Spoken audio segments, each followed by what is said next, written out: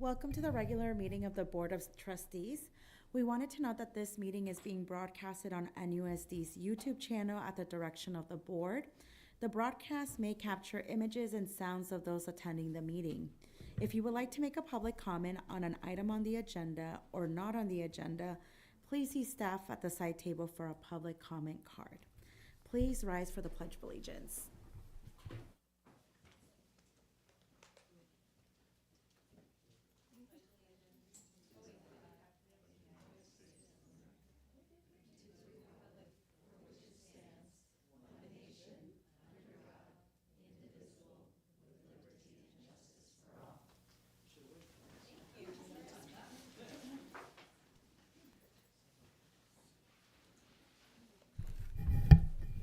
The board met in closed session. Trustee Alexander will report on those items. Good evening, everyone. The board met in closed session on the following items: conference with real property negotiators, information only; personnel matters, public employee discipline, dismissal, and release, information only; to hear a charge or a complaint concerning an identified employee, gave direction; around negotiations and collective bargaining, conference with labor negotiators and employees organization, the Novato Federation of Teachers, NFT, information only; conference with our labor negotiators and the employees organization, California School Employees Association, information only. Thank you. Next is the agenda. May I please have a motion to approve tonight's agenda? Thank you, Trustee Alexander. Oh, second by Trustee Mack. All those in favor? 7 with 1 student advisory vote. Thank you. Next is our consent agenda. Would anyone like to pull something from our consent agenda? Seeing none, I will acknowledge the fact that there was a change for item consent 4E, bell schedule. So may I please have a motion to approve consent agenda with the San Ramon Elementary School schedule change? Thank you, Trustee Pickus. Second. Thank you, Trustee Jacobson. All those in favor? 7 with 1 student advisory vote. Thank you. Moving on to announcements, we'll start with Student Trustee Walker. Hi everyone, how are you doing? Feels like it's been forever since I've seen you guys, so I might be a little rusty, but I also get to take all the papers to myself today. So we have been up to a lot. The juniors have 2 Dine and Donates coming up, one at Trailhead this Saturday. It's all day, so make sure to stop by. And then we also have Hot Monk, which is May 20th. It's also all day, and you have to show them the flyer or social media post. So please stop by because it's going to our prom. So thank you. We have also started selling our 2027 senior shirts, which we are very excited to do that. The last day to buy this sale is Thursday, so don't forget. The seniors have been finalizing the prom, which is in 27 days, and we're all excited for the countdown. The juniors, we're up to a lot now, senior prep year. So we have also been doing our senior parking spots, which are gonna happen in May. Other things that have been going on is last Thursday, we had our annual open house block party and art show. Congrats to everyone who had art, and they all looked super amazing. Thank you to the VAPA department for the art showcase. I'm not counting the days, but I am. So we only have 13 more days until AP test starts, and then we have 37 more school days until we are out for summer. Again, not counting whatsoever. But thank you to Mr. Hu for coordinating the AP tests. Also, congratulations to all of the seniors who have been committing to their colleges and figuring out their future. Good luck. I don't have to do that for another year, and I'm already scared. So the visual arts and performing update is Wednesday, April 22nd at 7 p.m. We have our music boosters meeting in room 804. Saturday, April 25th, concert band heads up to Rancho Cortera. I apologize if I butchered that. To perform at the SEMA Music Festival, and our music students will wear red ribbons to honor Nico Vargas Ortez, who recently died in a Novato car crash. Tuesday, April 28th, Dine and Donate at Tommy's Salsa, lunch and dinner. Mention Samarin Music Machine opens Friday, May 1st and runs for 4 shows, May 1st and May 8th at 7 p.m., May 2nd and May 9th at 2 p.m. Students of all ages are free and general admissions is $10. Tickets will be sold at the door. Family friendly, one-act play, all ages welcome. May 21st and 29th, visual arts students head to, that's a very long acronym, SF MoMA? I apologize. I have 9 tests this week. I can't read anymore. Thursday, May 28th at 7 p.m., our classical concert in the Emily Gates Performing Arts Center. Friday, May 29th at 7 p.m., jazz concert and senior recognition night, Emily Gates PAC. Thank you for putting up with all these dates. Now I just have athletics, which he's either using a really big font or there's a lot of words. So we have 4 senior nights this week. Boys lacrosse had a great ceremony last night and a competitive overtime game. Boys volleyball and girls lacrosse senior nights will take place Thursday, and varsity swimming will celebrate seniors on Friday. We celebrate seniors Andrew Miles on Thursday at 2 p.m. because he signs his letter of intent to play soccer next year at Cornell University. Spring regular seasons are fast approaching with many varsity teams eyeing both MCALs and NCS playoffs. Incoming freshman sports night is Monday, May 4th for incoming freshmen next year, 5 p.m. in the mini gym. Come and meet the AD and your future coaches and learn how to register to sports and get involved over the summer. Okay, I'm done. Thank you for all listening to me. Great job. Thank you. Okay, so last week the board went on a bond walk. This is an opportunity for us to go see projects that have been worked on through bond funds, which is community funded. And I just thought I'd take a minute to thank a few people. First, our business department, and Josh specifically, make sure that we're qualifying for as many rebates and refunds that we possibly can. And sometimes that means putting things into different categories or applying for different things. He's very mindful of that, and it's really helping us financially make sure that this money goes as far as we possibly can. Then I also wanted to thank JC and his staff. They're always looking out for what is best for students on our facilities.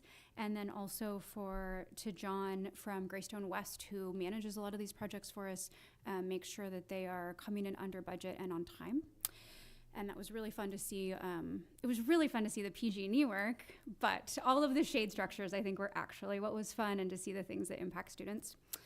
I've been to a lot of sporting events lately. Our schools are doing great, and our students are really amazing. And last School Fuel board meeting, School Fuel is the organization that raises funds for our different needs, usually around art, but a lot of different things. And they're currently looking for board members.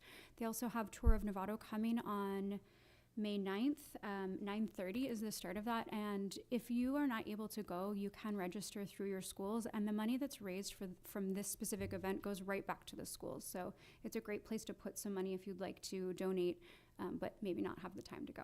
Thank you. Good evening, everybody. I also had the chance to go along for the bond tour to kind of see our projects. And while the shade structures were very exciting, the playgrounds were maybe the most fun. Just really exciting to see like our playgrounds being refreshed. They are age appropriate, they are safe, and they are accessible, and it's really exciting. I will also make a plug for the tour of Novato, and I said this last year, but when I was new to the NUSD community, I didn't understand what the tour of Novato was, and I missed it 2 years in a row, and I finally did it, and it is so fun. If you love to walk, if you love to bike, it is a great community event where you can ride your bike with a large group of people. If you're a real biker in the world, you can do a longer ride. If you have small children who pedal really, really fast, you can do a shorter but still lovely ride. And you basically are bike training through Novato. It just feels really good. You feel like you're a part of something really special, and the funds are going to our schools in many other ways. So just an extra plug for the tour of Novato. Lastly, I've had some great conversations over the past couple weeks with district staff as well as site staff around our ELA curriculum adoption. So I'm really excited for that presentation this evening. I as well did the bond tour. I also was able to do a site visit at Pleasant Valley and Loma Verde, the North Rhine Council PTA meeting, as well as the Golden Bell ceremony that's going to be happening May 21st. That's going to be exciting because we have the Educator of the Year right here in our district.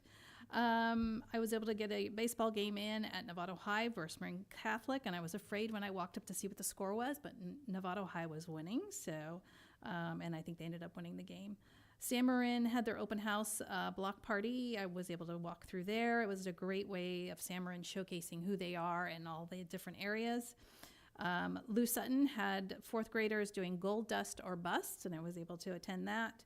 And MSA Showcase was just this last Saturday, and I was able to go to that. And I had not been to that in a couple of years, so it was nice to go and see every discipline on display, either on the walls in some art form, or some sculpture or anything, but also on the stage and up on the screen. So we saw everything. It was a great way to showcase the program.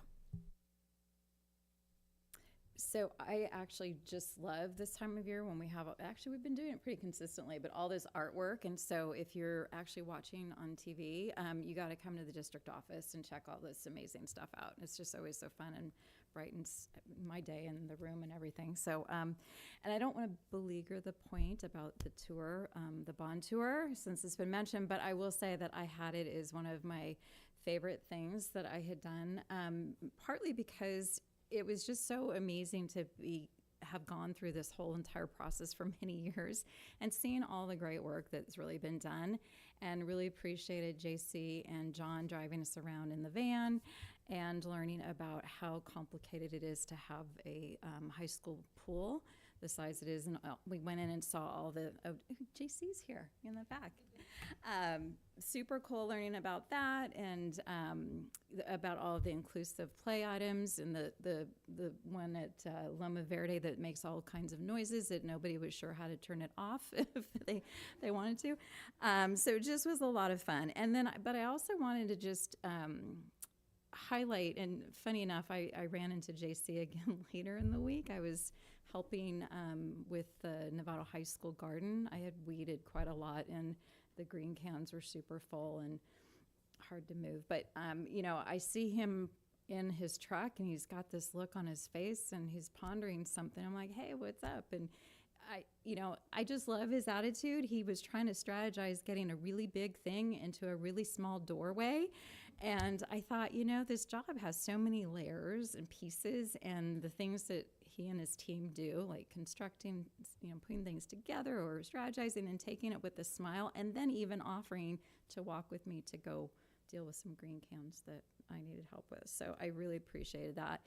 And while I was thinking about that, because I was looking around, you know, it's been raining and sun and rain, and my own yard's got tons of weeds. I thought, well, how many acres are these guys taking care of? It's over 200 acres, and that doesn't even count the properties that we don't have schools on. And there's like 8 guys. They're out there. And so as we are probably going to get another big batch of weeds because of this rain that we've had the last couple of days, you're in my thoughts.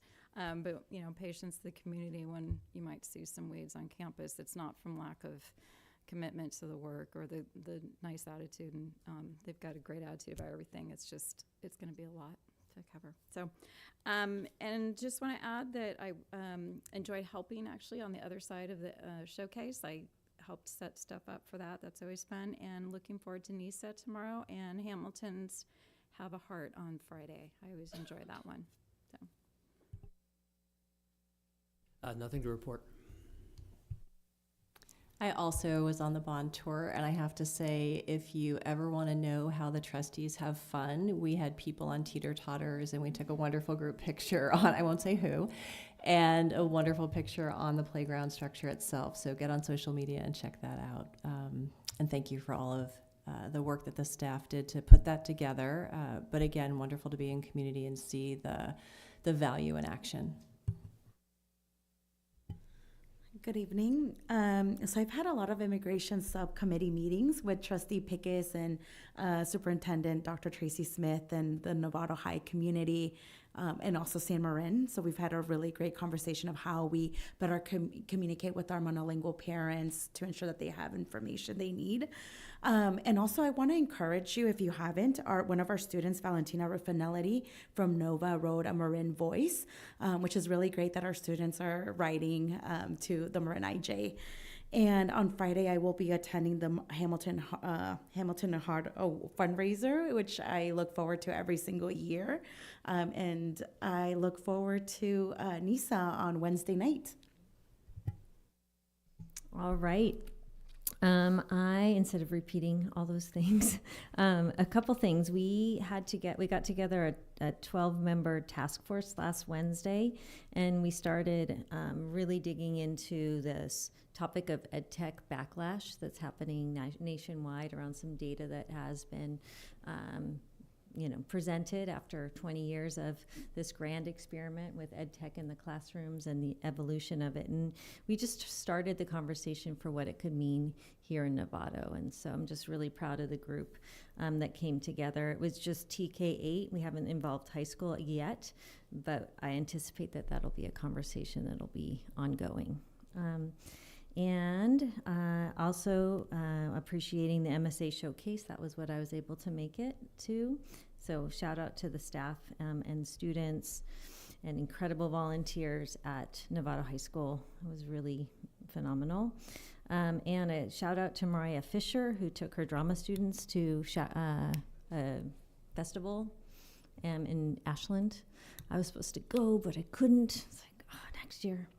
And then what's coming up for me, I can't go to Have a Heart. I still have a heart. But there's a quick one-day trip down to Anaheim. I'm going to be going with co-principal Cortez to receive the Exemplary Arts School for Novato High School down there for the state award. So congratulations, and we'll be sharing more about that in the future. And next 2 Wednesdays are super exciting. We have the NISA Awards tomorrow night and reclassification ceremony the following Wednesday. Next, we have a presentation by Lou Sutton Elementary School.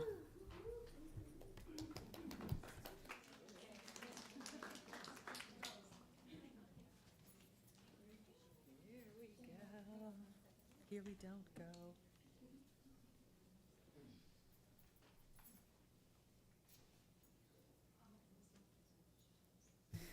So we would like to introduce Jessica Farland, if she wants to come up here. Is she here? Here, you're right here. Yeah, yes. Brand, yes. I'm so sorry. Yes, welcome. So this is our one of our newest special education coordinators. So we're super excited to have her.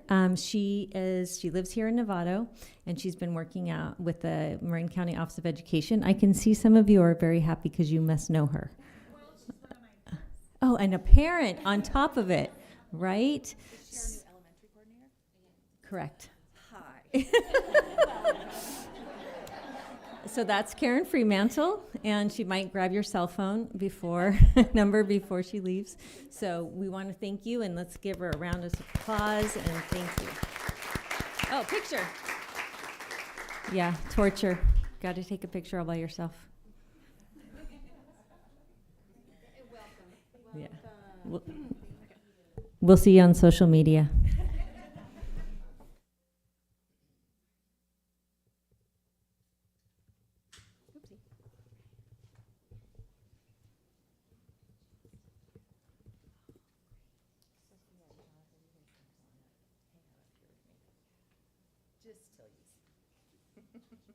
And we have a stool if they need to talk. I can bring the mic over from over there. Can we just move the mic down for them, or will it turn it off? Absolutely. Sometimes it turns it off, but I think it'll be okay. Okay, so then your arrow up in the See Sophia again tomorrow night. Okay. Oh, there you go. Good evening, Dr. Smith and Board of Trustees. Thank you for having us. I have to say that my kids were really excited that the school boss came to their play. That's how they referred to it. Yeah. I was explaining it to them, and so they said, "Oh, all right, okay, the school boss, sure." I am happy to share with you tonight a teaching strategy that you, I think, have heard a little bit about that is happening at the middle school and actually, I think, at the high school level, but that we are implementing this year at Lou Sutton. And it's called Building Thinking Math Classrooms. And I would have loved to have you participate in it, and I absolutely invite you to our campus to participate or just to observe, but it's really immersive, so really tricky to do with a room full of people watching you do deep thinking, and it takes some time. So, but I did bring a couple of experts with me. Jonathan and Sophia will share a little bit about this in just a minute. Last summer, at the end of the year, as you're thinking forward to the next year as a staff, we were talking about the things that we had observed. I was coming to the end of my first year at Lou Sutton and working with my ILT and with my staff at large. And in our discussions, we determined that for our students, that there were some critical areas for growth. The first was oral language production, and the second was critical thinking and problem solving. And what that means to us is that we wanted our students talking. I do have a large number of language learners on my campus, but when it comes to academic language, all my students are language learners. And we wanted to give our students an opportunity to learn and to utilize academic language regularly. And we wanted to support our students in accessing content through understanding academic language. So the other thing that we started talking about as a team was that we noticed that perhaps as a result of the pandemic, perhaps as a result of so much gamification and ed tech, our students got really good at the strategy of wait it out or click, click, click, click. Eventually, you'll hit the right answer. And if you wait long enough, you'll get a prompt. So what we realized in watching them, in talking with them, in challenging them was they were not comfortable problem solving or critical thinking. And that's an issue for us. So that was another thing that we wanted to go into this year focusing on. We wanted our kids to start coming up with solutions and sharing their ideas and being open to risking some thinking and some learning. We wanted to shift the cognitive load back to our students. So this summer, 5 teachers and I spent 3 days in the Building Thinking Math Classroom workshops. And 201, all of us came away saying, that was powerful. That was powerful professional development. And that is not easy to do with a group of veteran teachers.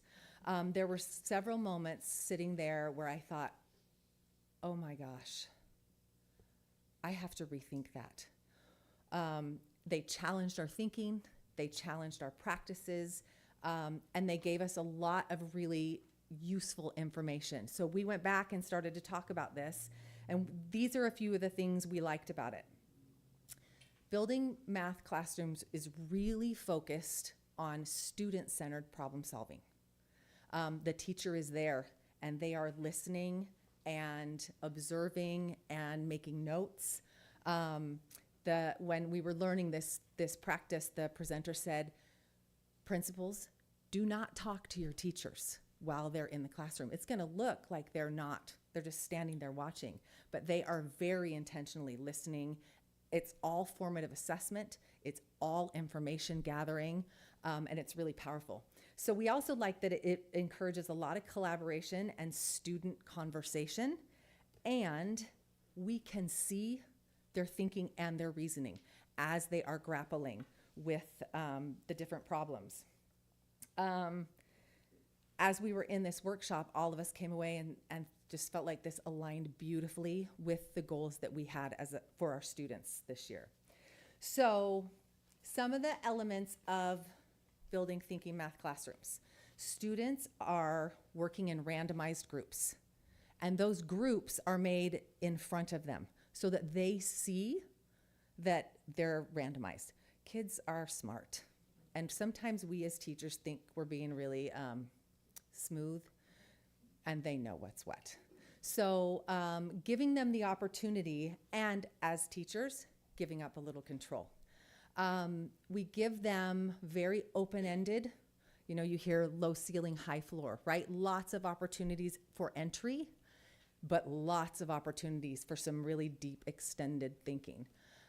They're working on we have big whiteboards that are mounted on our walls, and that is where they do their work. And it's non-permanent, which somehow, if you're somebody who deals with some math anxiety, it lowers that level, because if something doesn't work, you just erase it. No big deal. And the goal is students are explaining their thinking. So for our 5th graders, they work in groups of 3.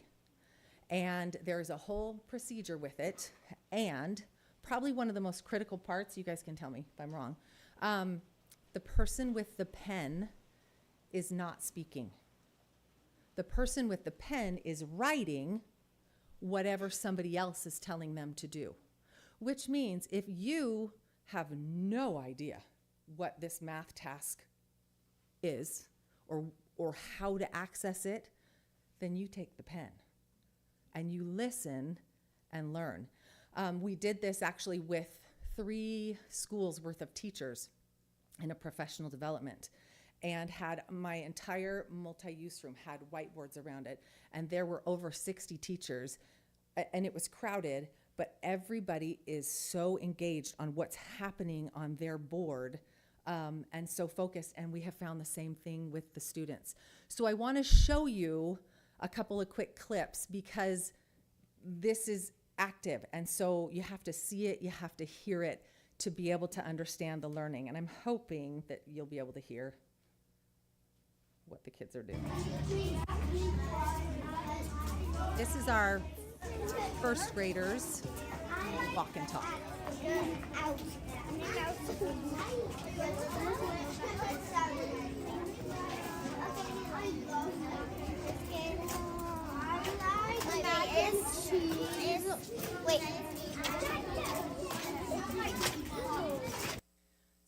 So this is what we do at 1st grade to start to get the students thinking and listening to each other. So they're given a question before they go to the boards, and they walk around our courtyard and talk about it.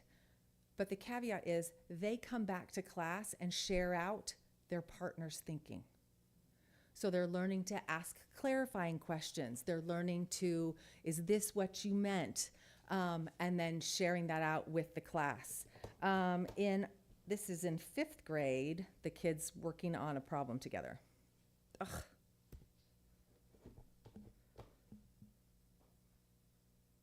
Maybe.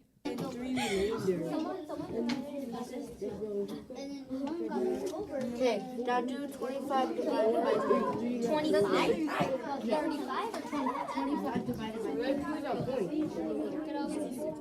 It would be 65.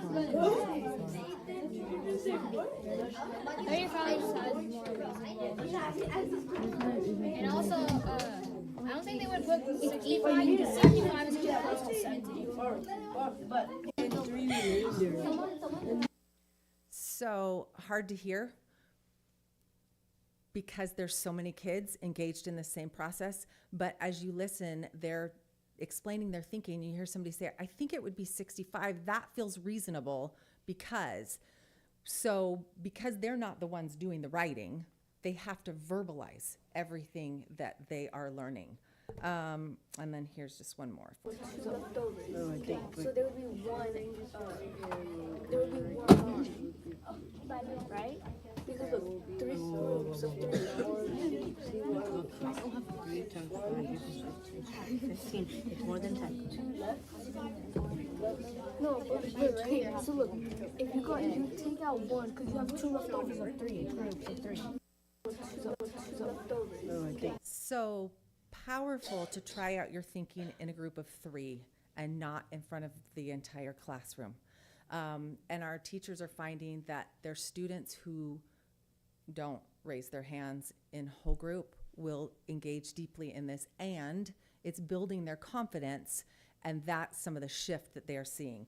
But I want to let Sophia and Jonathan share what it's like to be doing these activities in their classroom.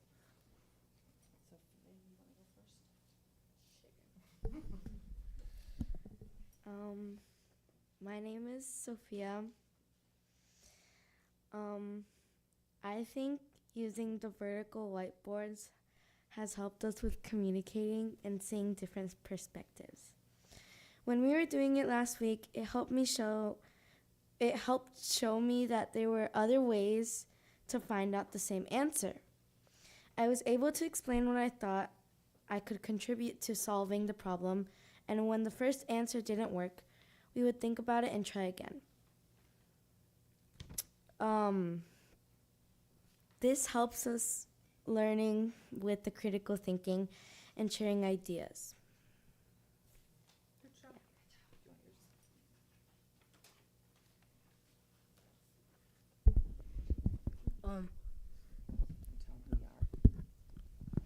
My name is Jonathan. I like when we used our vertical whiteboards in class, when we were all in groups working together to learn math. It helped me see and understand everyone's point of view, and I'm able to explain my thinking in a way that would make it simpler for others to understand. And if any ideas don't work, we could always just try a new way. I like to be able to talk and share my ideas with others, and I know that this kind of thinking will help us in life. Thanks, you guys.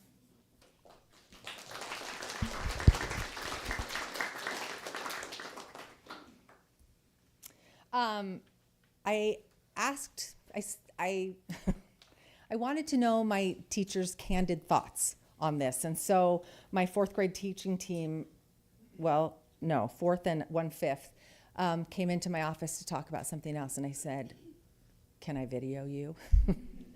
And they were really good sports about it. Kimberly is here and can answer, but I wanted for you to hear what their thoughts were. These are some of my fabulous Lou Sutton teachers. And what I'd like to know is, what changes have you noticed in how your students think, talk, or engage in math since you started using Building Thinking Math Classroom? One of the things that I noticed is that they're in a random group, and then they're collaborating with students that they sometimes wouldn't normally collaborate with. I teach a 4 or 5. It's just really nice to have them all up there discussing, listening. One student is writing while someone else is explaining their thinking. So there's a lot more explaining of how they're going to solve the problems. And each group tends to have a different solution to solve the problem. Interesting. Yeah, I would agree that the collaboration has really increased, and I've seen students who are not typically raising their hand, they're raising their hand more often in our regular lessons because they've heard that language from someone else while they're doing the thinking classrooms, and they all feel like, or I feel like they're all better problem solvers, and their perseverance has increased because at the beginning of the year they were to know the answer. They were anxious to get it done and have that final product, and I don't hear that anymore. They continue to work until they have an answer, and they're not really upset if the answer is different than anyone else's. They're just kind of like, oh, okay, we thought about that differently. I also love that everything is visible in the classroom, not only to me, standing in the middle, looking around, but also to all of the students. So there's a lot more sharing of knowledge, and it's not like a shy or bad thing to look over and be like, oh, they have a great idea, let me see if I can get it to work on mine. So there's a lot less shyness with this. Perfect. Have you noticed any kind of shift in regard to our oral language production goal for our students? Yes.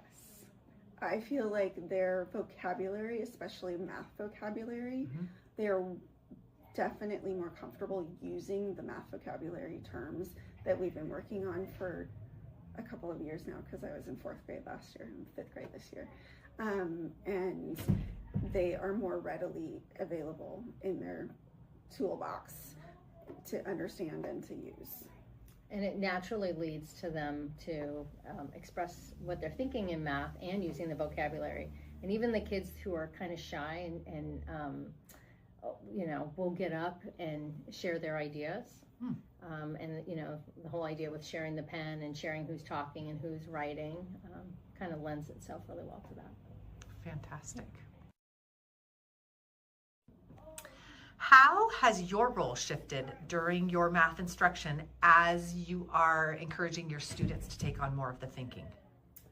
What I love the most, this is what I love the most about the building thinking classrooms, because it's so fun to see them explore an idea, even if I haven't already taught it, because the knowledge that they teach themselves sticks with them the most.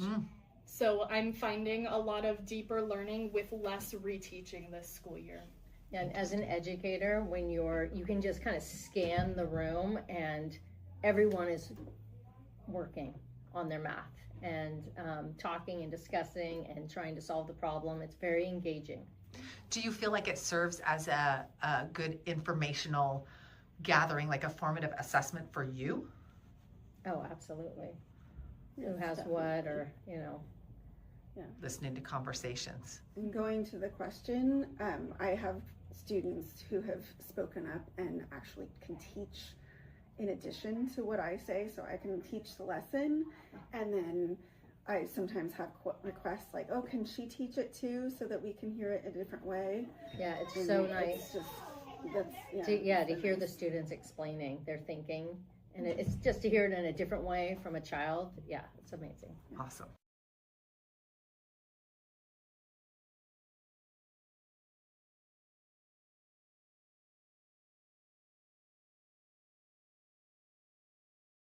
For some, it doesn't always. And it's really fun to be able to say to your kids, who can explain this in a different way? And it just builds our classroom community, that we're all learners. We all have something to add in this classroom. So the impact. We are seeing definite impact in our classrooms. This started out in a 1st, a 3rd, a 4th, and a 5th grade classroom. And it is now spreading its way into the other classrooms at those grade levels and also into 2nd grade. And this is overall, but we're seeing a decrease in the number of our students not meeting standards. But what's also really exciting is we're seeing an increase in the number of students not just meeting but accelerating through the standards, which is great, which is, I believe, a benefit of those high ceiling opportunities. It's not just get the answer, done. It's get the answer and can you come at it from a different way? Well, what would happen if? And it stretches their thinking. And then, of course, we continue to work. We continue to work on how do we do this even better, and how does this impact other areas? So across grade levels, in 1st grade, it's just this problem solving. And to be really transparent, in 1st grade, we actually had a student go home and cry to her mom and say, my teacher's not helping me. Because again, this is really teaching the kids that we believe in them. And it's uncomfortable at first. And so the mom came in the next morning and they kind of had a good chuckle about that. But our goal is to build their confidence, to build their independence, and to build their perseverance. 3rd graders are building strategies and explaining the reasoning behind their strategies. 5th grade talks about deep thinking, multiple strategies and justification, and across the grades. Huge impact in growth mindset, huge in their academic vocabulary.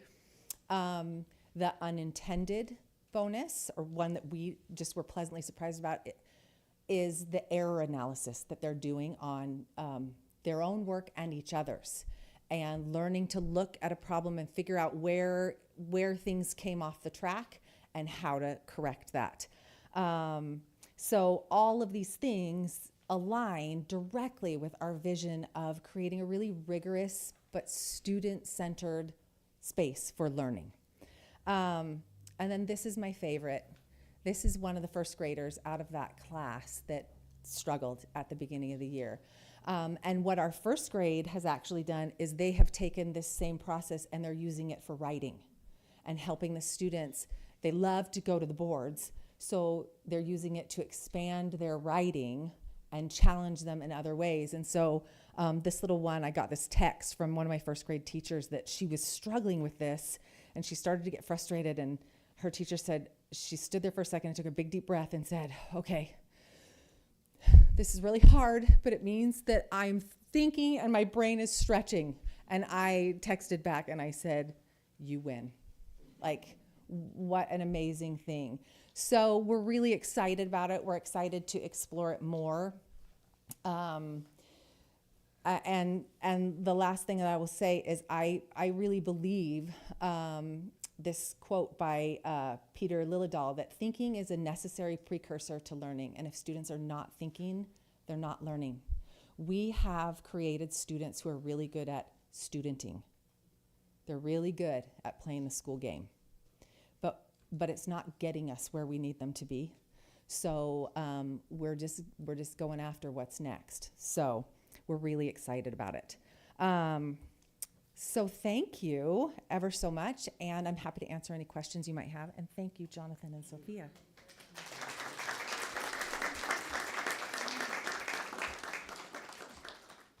Oh, I don't know how this one's set up.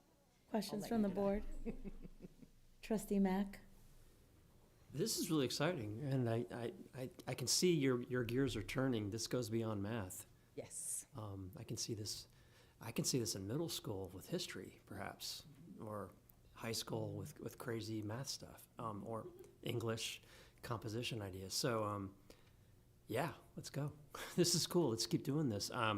I hope we can extend it maybe to the other campuses to consider ideas for it and get all you guys together thinking about new ways of doing it. Because I like your point. We have students that are good at studenting. Mm-hmm. I get that. I was one of them. Mm-hmm. And yeah, getting them out of their shells, and quite often that doesn't happen to your 20s or 30s. Mm-hmm. So let's do it now. One of my passions is math curriculum, so I wish I had this growing up because I think it would have made a huge impact during my time at NUSD. So I really appreciate you introducing this, and I look forward to hearing the growth and the outcomes on our scores. Thank you. And you're welcome to come anytime and watch and participate. It's fun. Just clarifying, we have teachers who've been trained in this, who have attended these trainings at all grade levels, I believe. Is that correct? Yes. And so this is something that's not just happening at one site, but is actually in classrooms at all levels at all of our sites. So it's really kind of exciting that this is everywhere. Yeah, we did this, our staff development that we did was with Lou Sutton, Hamilton, and Loma Verde. So all of the teachers participated. But I also believe that the teachers at Olive have been trained, some of them anyway, probably at every site. And then they're offering another training this summer. So I've got a couple more teachers that are going to attend.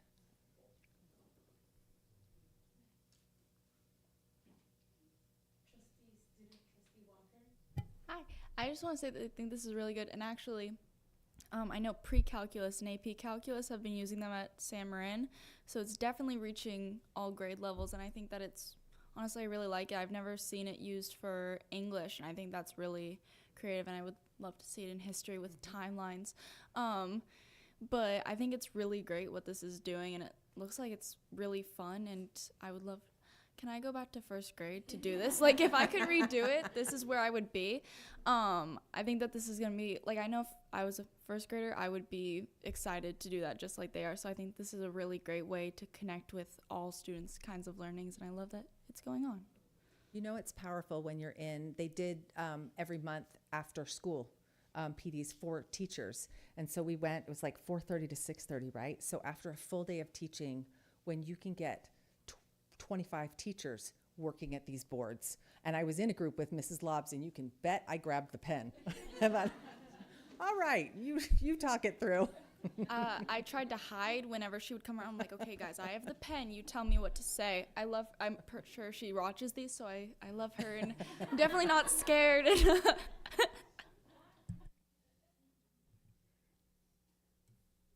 Thank you. Absolutely. Oh, photo.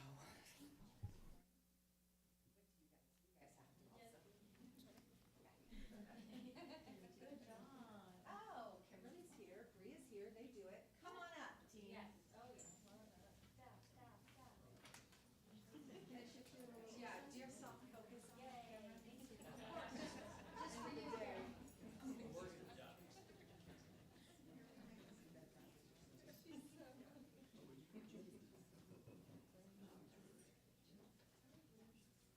you very much. Well, we're in the same color. Yeah.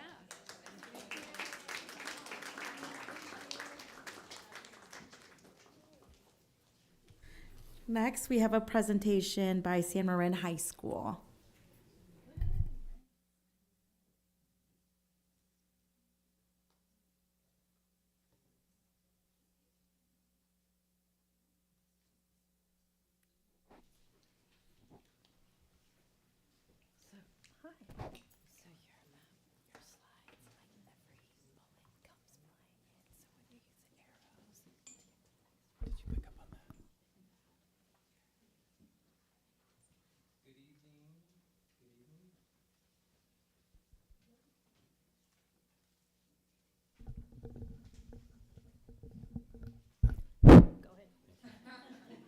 Good evening, Dr. Smith and trustees. Thanks for having Sam Marin to tonight's board meeting.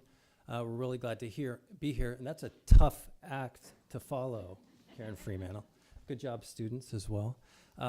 We are here part 2 of a presentation that I gave back in September. So just a reminder, and that's my job tonight, just to set up the real presenters. In September, I talked about the disengaged student across secondary schools and across the country. And I talked about the challenge that we're facing at San Marin High School. I presented that night our Tier 0, and the idea behind Tier 0 on our MTSS model or platform is that if you want to get serious about intervention and supports for kids, we also believe at San Marin High School we need to be thoughtful and willing to change how the adults on campus are spending our time and how we're prioritizing. So that's our Tier 0. That night I talked about reorganization of our ILT. I talked about the formation of a new cabinet that meets in my office every Wednesday morning. I talked about new meeting structures and routines. I talked about intense focus on student engagement and how we're following the cell work out of the University of Washington. I also talked about our willingness to practice and make real progress with difficult conversations, because these are hard topics to talk about. So tonight, part 2 of that presentation is our Tier 0 in action. And I'm delighted to have 2 of many leaders on our campus, Shauna Torres and Madeline Panacci. And I'm going to introduce Assistant Principal Shauna Torres.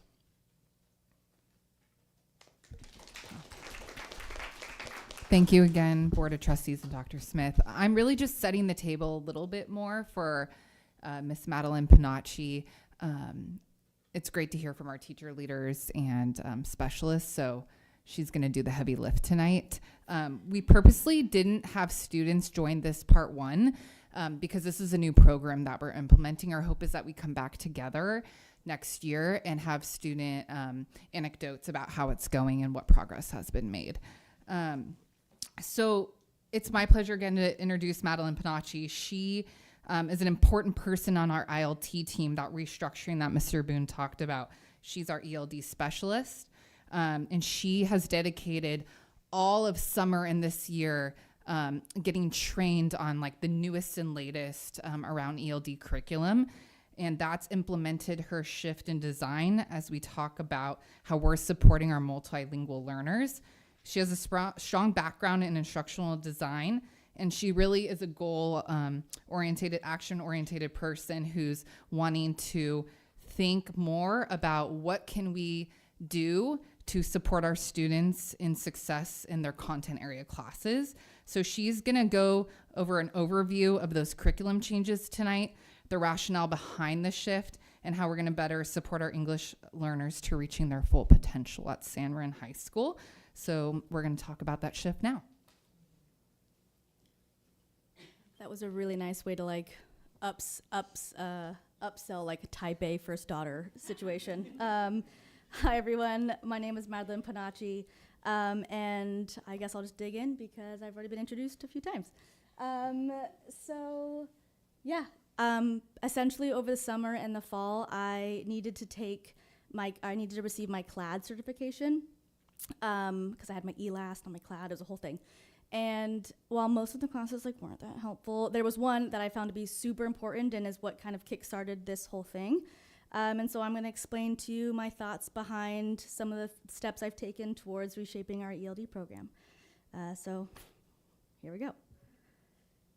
Okay, so ultimately, if you take nothing away from this, my plan is to reshape ELD and attempt to transform it to a content-based ELD program. This is animated, yes. Okay, so the research, okay. In this class, I learned, and this was getting ahead of myself, the recommended model for ELD learning if you are not in a bilingual program is integration with content instruction so that our EL students have access to native speakers as language models as well as just peer support. This is really centered around CALP, harken back to your schooling, is cognitive academic language proficiency. And ultimately, what this means in real life is that it takes 5 to 7 years to develop, and that's if you have supports at home, intrinsic motivation, a strong academic background. So that alone, if we're receiving a high school student at a freshman level, they might not reach this anyways. So that's important. It also requires a high level of literacy, which we're seeing a lot of our students, ELD or otherwise, are not coming to us with. CALP really in real life means that there are tens of thousands of specialized words, whether that's an academic or formal register. So just the sheer volume of language. And proficiency is strongly correlated with academic success. So a lot of my thinking is very much centered around this part of the research, CALP. My slides are out of order, I think, but that's okay. So the reality, here I've pulled some data, our DNF lists as well as CASP data. I'm not gonna explain it, but you can take a gander. What I will explain though is that as my role as a teacher or even an English ELD, ELs are inundated in their content classes. They're completely overwhelmed. A lot of them have limited academic backgrounds or interrupted schooling. Many of them have pretty severe trauma and or taxing extenuating circumstances. Oftentimes, because they are overwhelmed, they're unable to academically recover, which then leads to low engagement, low self-esteem, poor attendance, and it just is this snowball effect. What I'm seeing, or what we're seeing, is that generally our ELs are learning neither English or their content because they're just kind of drowning. And as of right now, designated ELD classes, which is what we have right now, are adding stress to students and kind of to teachers. We have limited to no curricular support at our level for a language-based curriculum, so a lot of us are just making it up as we go. And oftentimes I've been feeling and seeing that it feels like additional and often unrelated practice for students, whether that's for the LPAC or for real life. I'm gonna go, so the why, how why is featured in my slides. The why is that ideally this should not be requiring any extra work from our content teachers, but rather it's fostering alignment and collaboration from an intradepartmental level as well as student and peers. And it's giving students a better understanding of English through the content rather than as this isolated addition. These pie charts show the grades for English, math, and science. Red is obviously D's and F's. And so the way that I wanted to start this for next year and a kind of this year was to really start targeting math and science, because that's where we're seeing like kind of the heaviest hit on their grades and then their morale. Yeah.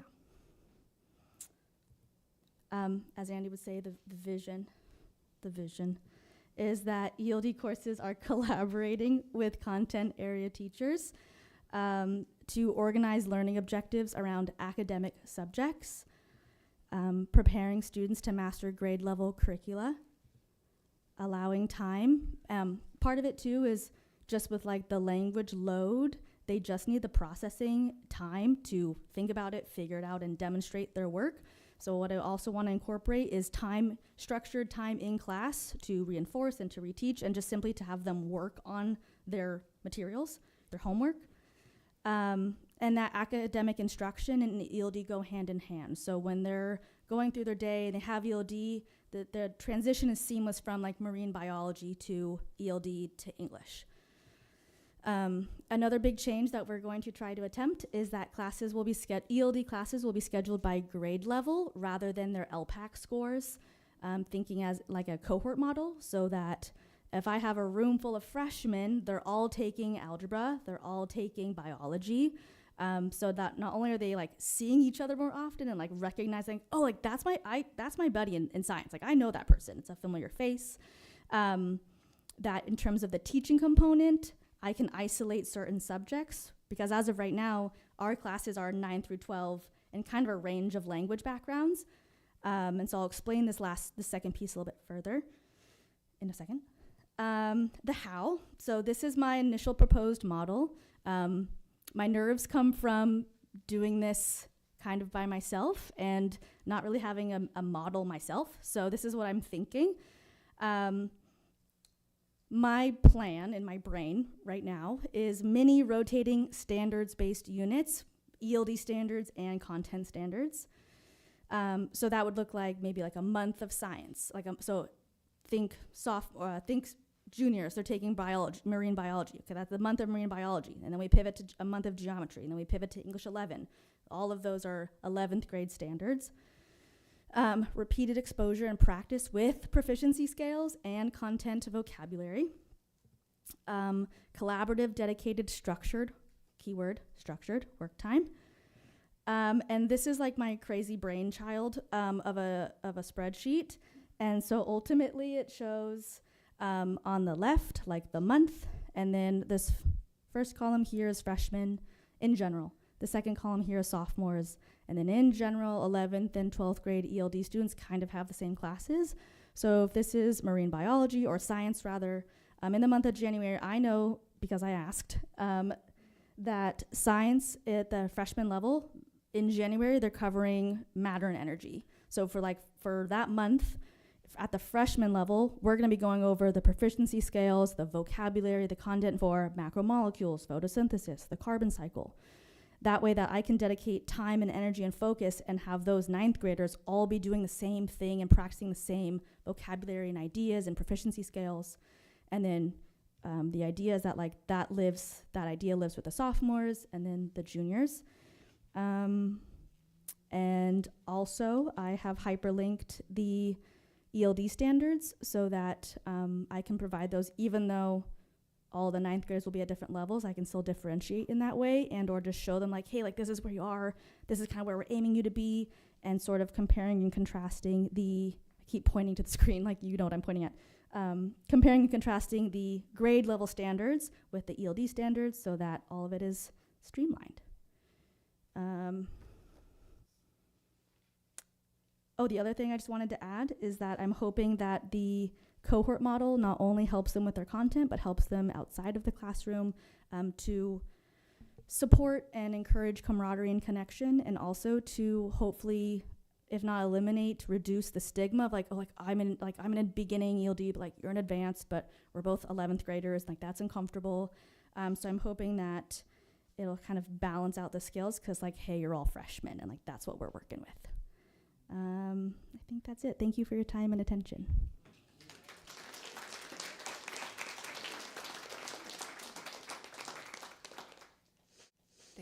Thank you. Did you have any comments or questions? Trustee Jacobson? I just want to say, like, it's so smart. It seems like, duh. Like, why didn't we think of this before? So thank you so much with seeing a problem and coming up with a very well thought solution. Yeah, that's all Miss Panacci. She does have a thought partner. We have 2 ELD teachers, so Kimmy Burnt will be helping her with this lift in the fall as well. Trustee Gassett? I was just talking to Trustee Butler because we had the fortune, because I wasn't sure it was you at first. You looked, we had the great opportunity of seeing you on, huh? Oh, no. We saw you when we were touring. And you came and, yeah, I still remember that great energy and just being, yeah, you were explaining it. So it was so funny. I wish I had made that connection because, quite honestly, when I was reading this, I'm like, I have no idea what this means.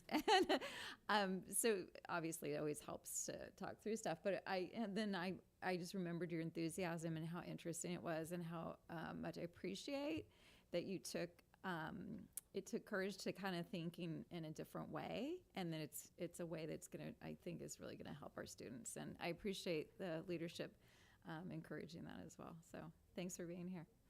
And just a final plug, if you come to San Marin, we welcome you into her classroom. She should be a classroom interior designer as like a side gig. So please visit her room too. 803. Okay. Thank you.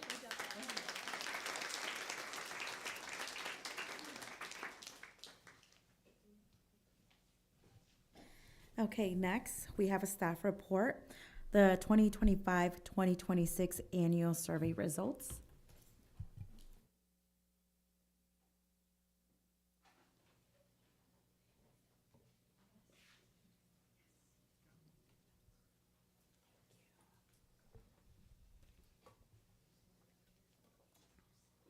Good evening. I'm Leslie Benjamin, the Director of Communications and Community Engagement, and myself and Dr. Tracy Smith, Superintendent, will present the 25-26 annual survey results. The questions that we're going to be reviewing tonight are from NUSD's LCAP, and just a sampling of the questions, are from the entire survey that was administered in January and February of this year. So we're going to start out with who did we hear from? And we heard from over 6,500 members of the community, and it was a 15% increase over last year, which is really awesome. And most of that is an increase from our families. They were up 17%. About 1,000 more respondents. And I just want to say that last year the board recommended that we do more district-wide communications to families. And so I did that this year, and I think it was a winner. So thank you very much for that recommendation last year. Staff respondents were relatively flat, about the same this year as last year. There was an increase in elementary students responding by 10% and middle school students of 6%. However, there was a decrease of high school students by 20%, and I'll touch on that a little bit later. So to start, I'm going to start with elementary school students, and I'm going to present the data for each group, followed by Dr. Smith, who will provide further explanation and context. So to start with, we have the elementary school students in grades 3 through 5. At this grade level, they answer pretty simply either yes, no, and then sometimes. And do you like coming to class? We had the similar percentages of 48% that yes, they do like coming to class. However, the number increased in the responses, so about a little more than 40 or so. So even though the percentage is the same, we had more students saying yes, they do. And similar to the question for do you feel safe at school, again, similar with the percentage, but more students saying yes because we had more students responding. And then our third question is, do you think your teacher cares about you? Even though the percentage shows a decrease of 2%, there were actually over 700 students who responded yes. So even though it looks like it went down, it really went up. All right, so speaking with the elementary principals, elementary survey data is always really interesting, right? What do they think this means? What happened to them before they came to school? How are they feeling about coming to school that day? But, you know, I would say these are all 3 questions show results that are pretty even, no drastic changes from year to year. And I think what I want to talk about a little bit more is how our sites dig in, right? So if we were to compare all 8 elementary sites, we would see a few variances. And so what the site councils do together with their principal is they look at the student survey data and look for those trends that might have changed specific to their school site. If there is a trend that's concerning, something that they want to dig into more, they usually take 2 approaches. Either they have another maybe confidential but not anonymous type survey, right? If you don't have an adult on campus that you can connect with, we can start to capture who those kids might be without telling the whole world, right? But coming up with a more specific plan. And then, or we might have what we call listening sessions, right? Or conversations with students to kind of glean out some of their experiences to help make an improvement plan that we can later test to see if it worked. When we get to SIPSAs, so we'll bring single plans to you in about a month. And in that, you will see some of those nuances within the school sites. From the district level, we also look per site. We're just not going to talk about it here in this domain, but you will be able to capture them there. But we take a look at that and but look at the trends across the sites and look for things that we can support from our end. So we're going to move on to middle school students, grades 6 through 8. And for secondary students, the responses are on a 5-point scale from strongly agree to strongly disagree. And for the secondary, I'm going to look at positives, which are a combination of your strongly agree and your agree. And for I feel engaged with my school, the positives went up by 8% between last year and this year, roughly about 134 students. And then for I feel safe from harm while at school in general, again, the positives increased 7%, essentially about 133 students. Moving on to when I'm feeling upset or stressed or having problems, there's an adult in school who I can talk to about it. The positives were increased 5% from last year over this year. And I do want to point out that there was a decrease in the strongly disagree. It went down 4%, which I think is It's worth noting. Yeah. Okay. Can you turn back the slide so we can? Okay. So we gathered some information from the middle school principals about action steps that they took to produce these improved results. Of course, we as a board have been focused as well on our middle school campuses around engagement, around safety, and adult connection. So the principals attributed feeling more engaged at school to the culture of belonging and peer support that they provide. There has been intentionally increased opportunities for student voice and leadership, whether it's student council or spirit days, things that just help students feel like they're a part of the campus.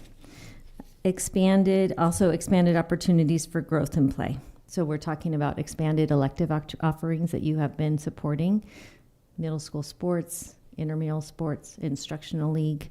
They really attribute that to helping students feel more engaged on campus. And then it's and you'll hear this repeated, the school-wide expectations with PBIS and student handbooks, just some of the pieces that we've been all working on to do that. And then for I feeling safe from harm at my school, which is of course what we want on all of our campuses, is students to feel safe, is the stronger behavioral accountability and clarity. So implementation of the discipline matrix, clarity on the rules, and that's all part of PBIS. And how we work with students with their behaviors. It's also the lack of cell phones, we've done that for 2 years now, and the hate speech protocol implementation. They mentioned strategic presence on campus, like supervision, right? Oh, we know where there might be a few little more spaces where kids might feel less safe. So we're going to make sure we have more supervision. This was true for high school as well. And then enhanced mental health and emotional support. So wellness hubs, our counselors, right? It's making a difference not only at the high school, but also at the middle school. And yeah, so all of that together helps build that sense of safety. I think that if we keep these programs going, and these will be some of the steps that we will continue to support, we will continue to see these outcomes improve. And then the next slide is about having a connection with an adult at school, like if you're upset or stressed. And that's also attributed to counseling and wellness. They also attribute it to the use of the Stop It app, right, where they can anonymously say, sometimes they feel better when they can say that their friend is having distress of some sort and it's reported somewhere. And then there's also been a notable shift in the broader school cultures. So staff members across all departments have stepped up to take on some really active mentorship roles. So that's at middle school. Okay, on to high school. I mentioned earlier that there was a decrease of about 20% at the high school respondents, and that's about 330 fewer students responding than last year. And interestingly, in 2025, Novato High represented about a third of the respondents, and San Marin, represented 2/3. That flipped this year, where Novato High represented about 2/3, and San Marin represented about 1/3. So it's something to kind of keep in mind with these statistics. So let's see. For the positives for I feel engaged with my school, it went up 5% over 25 over 26. And even though the percentage went up, the numbers went down, but that's because of smaller population. So I just want to point that out. And similar, the percentages for disagree and strongly disagree, there was a decrease overall, even though there's a smaller population. I feel safe from harm at school while at school in general. The positives were up 3%, but again, the numbers were down, but overall, as a group, it went up.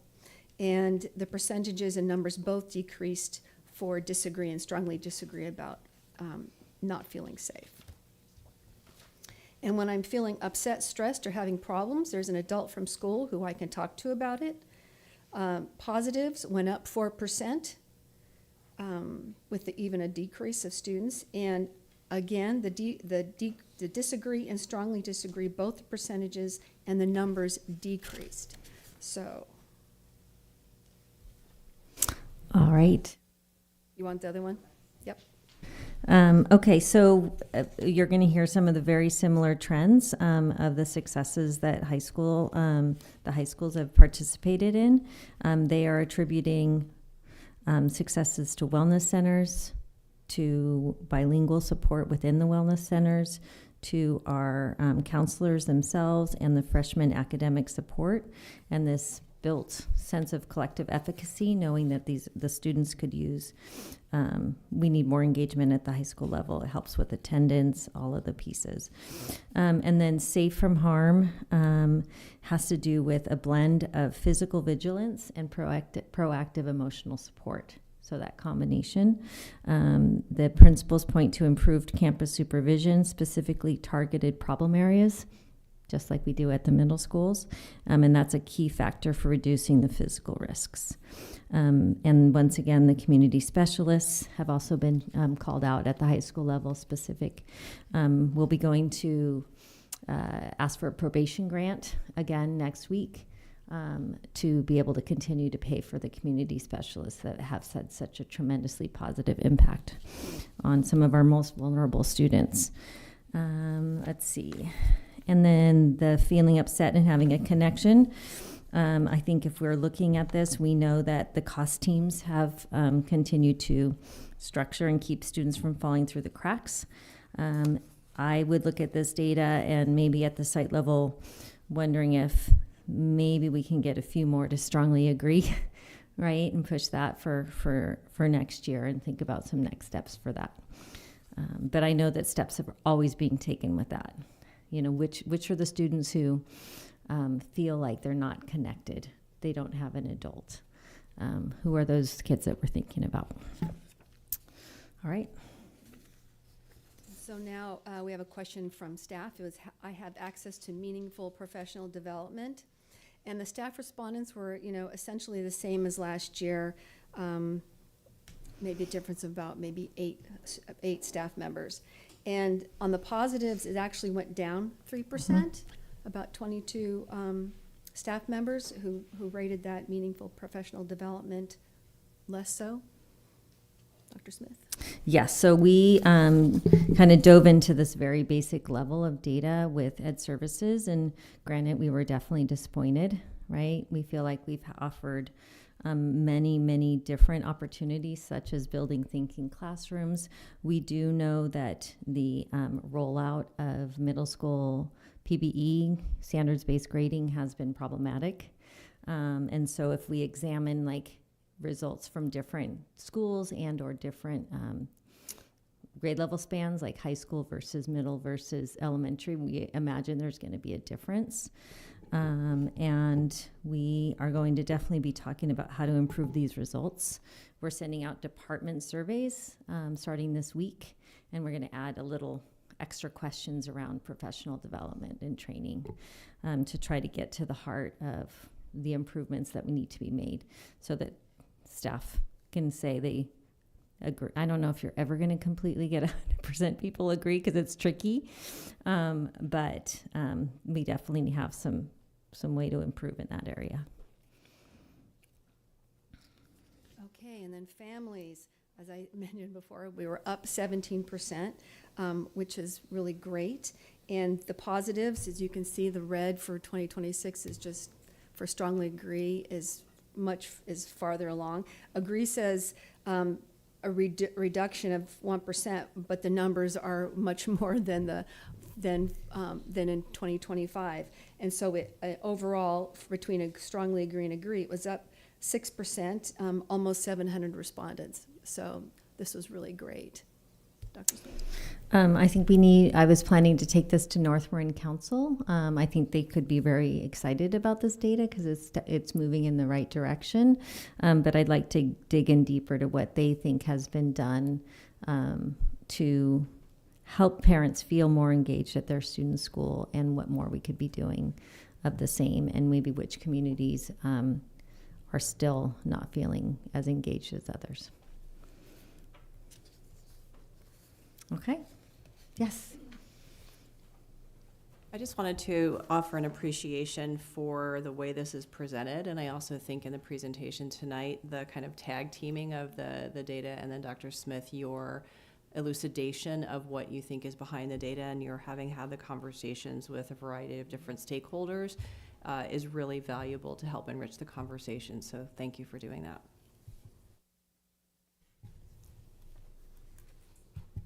So I first want to share appreciation, and it really came to play here, of having the numbers and the percentages.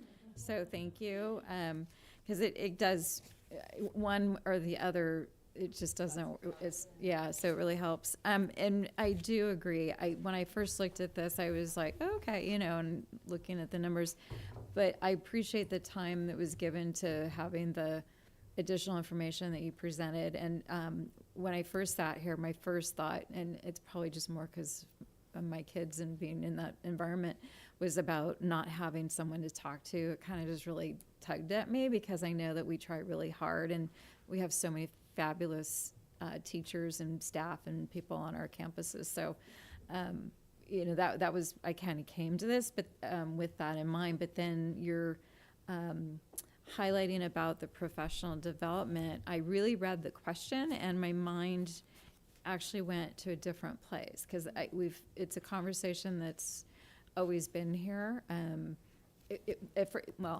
some have been here longer than me, but it's always been, you know, we don't get a choice or for what we do for professional development. So I know we've worked on like finding, like you can do these different things, or we don't have time or what. And when I read that question, I really realized, and I'm pointing this out for a reason, but it said access. And so that struck me. Maybe I took it that we weren't providing good options, but that is it more about that there's not time, or, you know, so it changed kind of how I was perceiving that. And so that would be something I'd be interested at some point. Like, is it we just are not offering things that are interesting, or is it that they don't have the time, or, you know, it's not structured, however it's structured or whatever. So I don't know, for what it's worth, it I thought of it differently with the explanation, so thank you. Any other questions or comments? Thank you so much, Leslie and Dr. Smith. Next, we have Secondary School Counselor Report, California Colleges Update.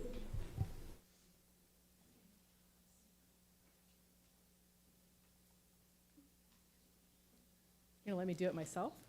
All right.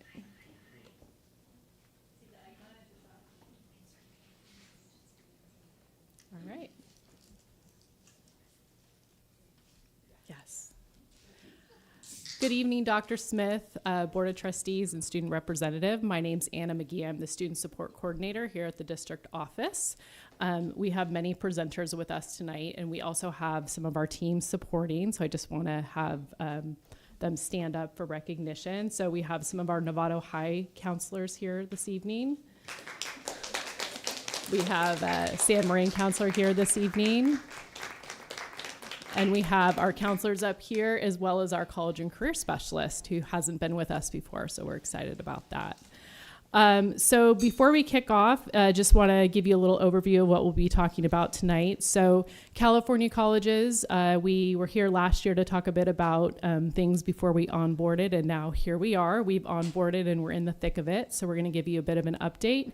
And then we're just going to circle back and talk a bit about hatching results. That was the 3-year initiative that we were a part of with San Rafael City Schools and doing some school counselor training, which we are very grateful for. It's very high level and quality training, so we're going to circle back to what came of that. So right now I'm going to turn it over to Carla from San Marin. Thank you. Good evening, everyone. I was just saying how it's so much easier to talk in front of students than it is adults, so bear with me. I'm going to start us off with our initiative to push out the platform called California Colleges. And it has 3 key functions that we've been utilizing at all the sites. The first is the career tab. So that one is really useful for us because it allows our students to do an interest profiler to see what they're interested in job career-wise. It really allows them to enter in their interests, their passions, their goals, and it will shoot out a list of potential careers for them. So it's really helpful to just get them to start thinking about those things for post-high school. We're pushing this out to sophomores, so we're going into the classrooms and trying to play with it with them, just so they get that idea. And then we have the college tab. This is arguably for the high school level the most important one, in my opinion.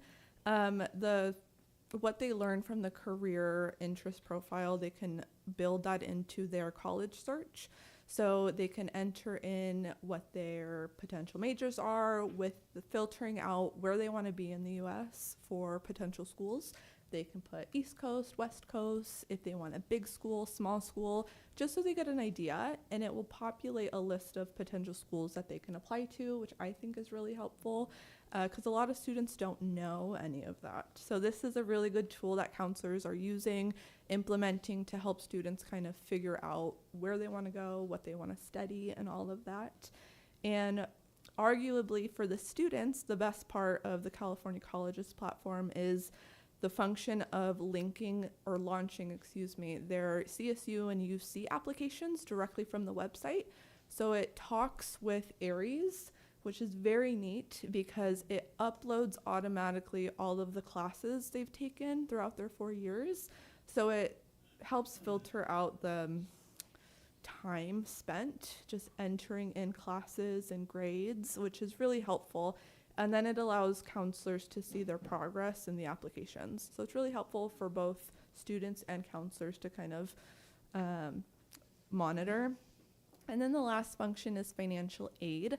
This one is very helpful for students and families. It has videos, presentations to help educate families around financial aid. Counselors are going into classrooms, senior specific, and showing presentations, gathering data of what students know and don't know so we can help educate them, which is really helpful. And then with the data, we just learn like, okay, these are areas students need help with. This is what they already know. So it gives us a better idea of how to support students and families.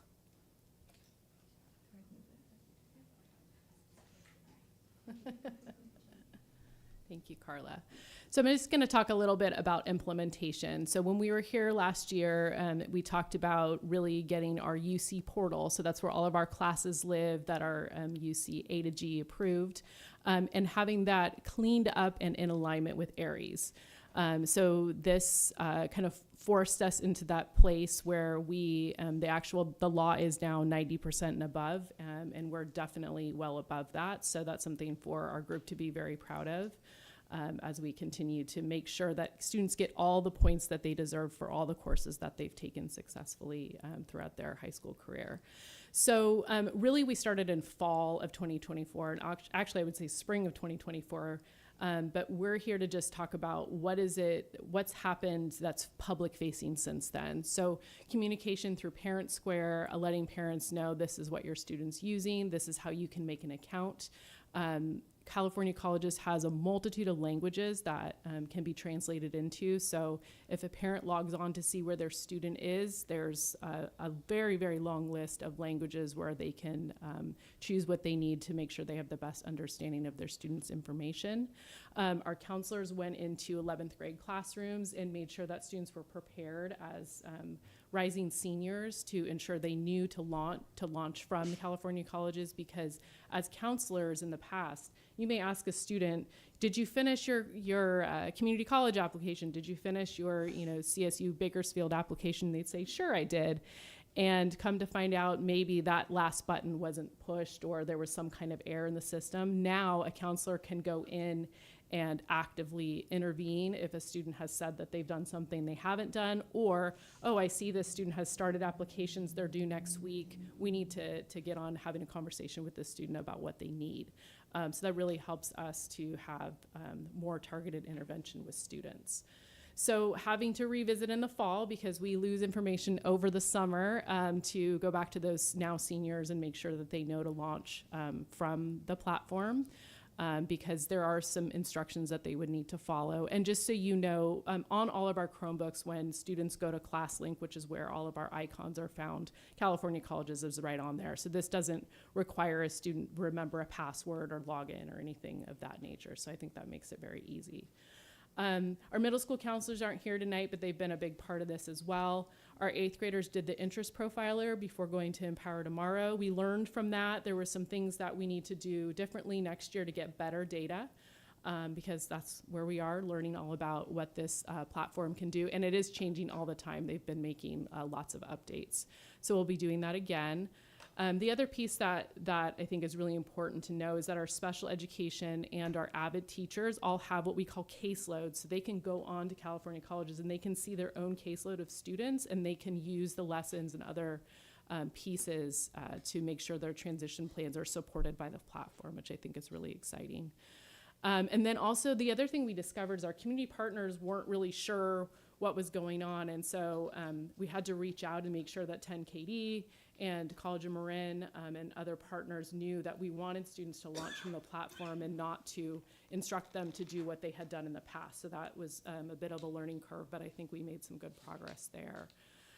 So coming into this spring, we're talking to juniors. So all juniors will have a classroom presentation about financial aid. That is law, AB 2015.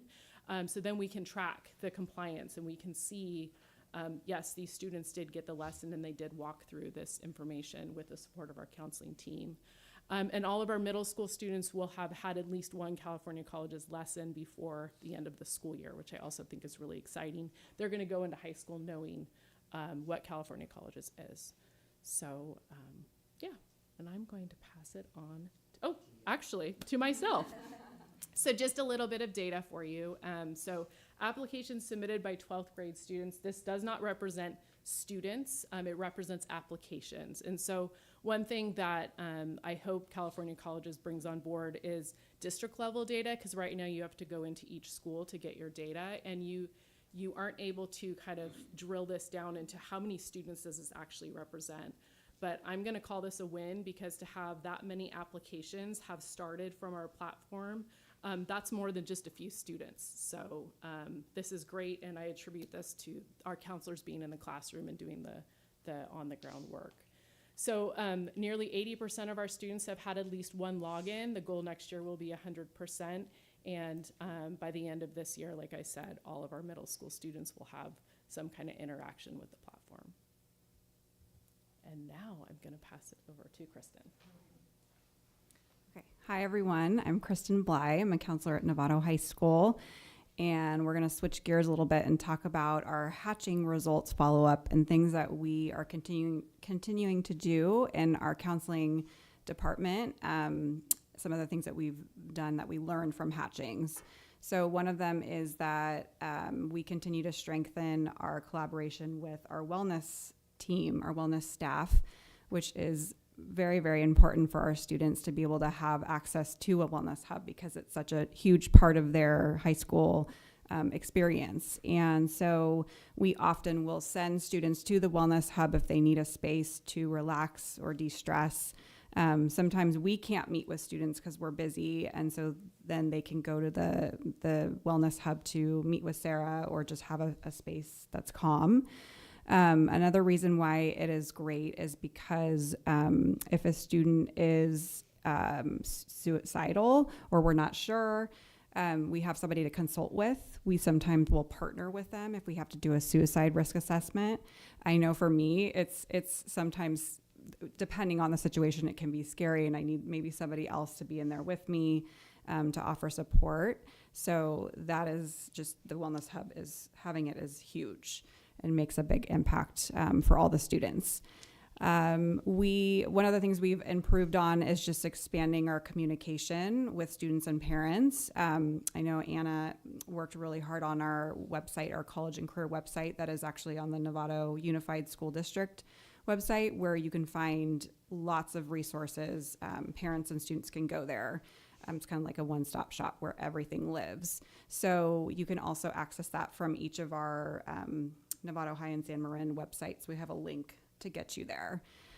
We've also have Instagram accounts that I know we're behind San Marin. We're working on getting more followers. So we will post, flyers for upcoming events or opportunities for students. What else? We just post fun pictures and just trying to get the students more awareness of what's going on. And we know that the kids are on Instagram often, so we know this is a good place to put information. We have also created Google Classrooms, and so every class has a Google Classroom where we push out information. For example, today we just posted the College of Marin Career Academies that are upcoming in the summer, encouraging more students to sign up for those. So that's one thing that we just posted today. So it's just a great way to get more information out to the students and seeing it in different spots. And we have also used Parent Square a lot more often this year to push out information to parents, because we know that's important and there's so much information coming in, so we want it to be in multiple spots. Let's see, across district collaboration, we continue to meet monthly here at the district office with Anna leading, and we meet with all the sites together so that we make sure that we're aligned and we're kind of doing similar things at each site. And also just discuss best practices. We came together and we kind of planned out our college and career night that we just had a couple weeks ago, that Vivian did such a great job leading. So it's a great time to collaborate and just, it's also just a time to vent and what's going on at your school. So that's really important, as well as our community partnerships. We are so grateful for like 10,000 Degrees. They've helped us a lot with getting our students to fill out their FAFSA, which is a graduation requirement. So we would not be where we're at. We're doing really great with percentage of students completing that. We would not be there without 10,000 Degrees. Same with North Marin Community Services. They offer, one-to-one counseling services for our students. CALM, I just went on a field trip to Davis with College of Marin Compass Group. So it's just amazing to be able to have these partnerships and practices. We also have a district calendar, and each site has their, we have our own calendar. And we meet, so we're actually about to meet in a month from now to plan out next year. And during that time, we're very intentional about setting up what we're going to be doing each year, each month, right? We put it on our calendar. We have to be able to ask teachers, can we come into your classrooms to present? This is what we're doing. So that time is really, really important and makes things a lot smoother and more organized. And then lastly, we have our cost team, which I know you're familiar with. And I feel like this is one of the most important meetings that we have. We meet once a week. It's with all of our counselors, our school psychologists, our wellness hub staff, as well as at least one administrator. Sometimes we have all three if they can, but most of the time it's just at least one. And this is a time to talk about our kids of concern. So it's going to be our tier 2, tier 3 kids, and counselors, staff members, teachers, students can refer students to COST, that they're worried about and that they think might need more support. So it's really a time for us to get together and think, how can we best support this kid and what else do they need? And so that is huge to have that time and be able to talk about those kids that we might miss, right? And we will follow up every 6 weeks. So after we talk about them, we come up with a plan of this is what we're going to do. This is the tier 2 or tier 3 support that we're going to put in place. Now 6 weeks has gone by. How is that kid doing? So we always follow back up. One last thing that we do in that meeting is we just talk about our tier 1 systems. So what's working? What are we seeing? Do we need to change anything? So that is really just a wonderful collaboration time. And I would say that's it. I'll pass it on to Vivian.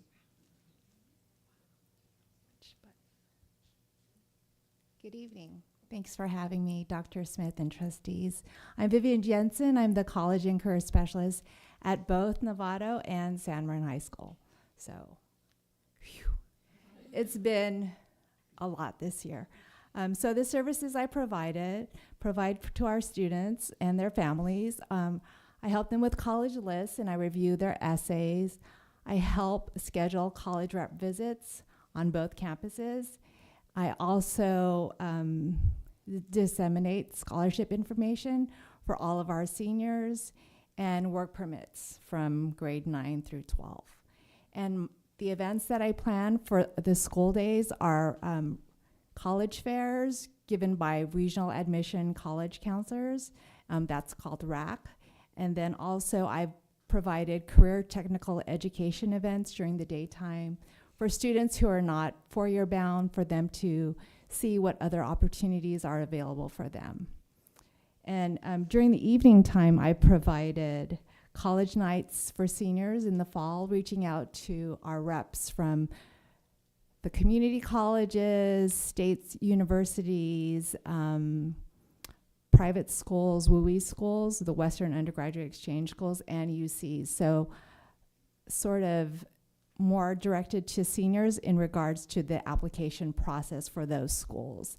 And then in the springtime, that's directed more towards the juniors, sort of the rising seniors, and a preview for what upcoming attractions for them, things that they need to consider when they're looking at the whole college process. I've also had the NCAA, the National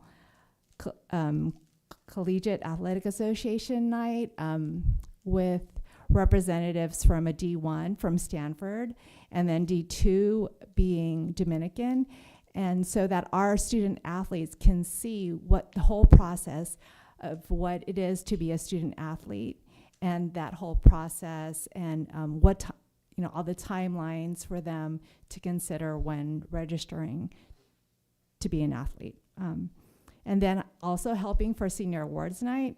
That's my big thing to do right now for both San Marin and Novato High. And so 2 days a week I'm at San Marin, and then 2 days a week I'm at Novato, and then I alternate my Fridays, but I also meet with students and families virtually if they reach out to me.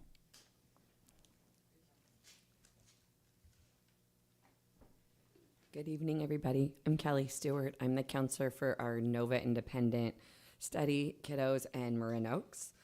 And also Vivian, I wanted to mention, has been really helpful, even though she's not technically on those campuses. She's also been really supportive of those kids, so I appreciate it. And I get to work with all the counselors at both schools all the time as we shift kiddos back and forth and around.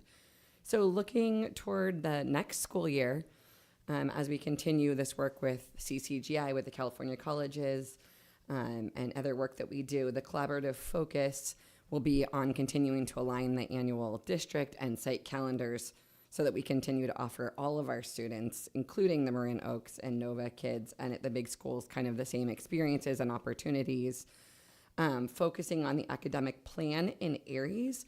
So there is like a little bit of still hiccups that we're working out. Stella's been amazing working with Anna, because getting Aries to make sure that it's talking to CCGI and fixing, if kids take a class at College or Marin, and how is that being coded. So we're still working on making sure that their academic plans are up to date in Aries so that you're getting the right information when they log into CCGI.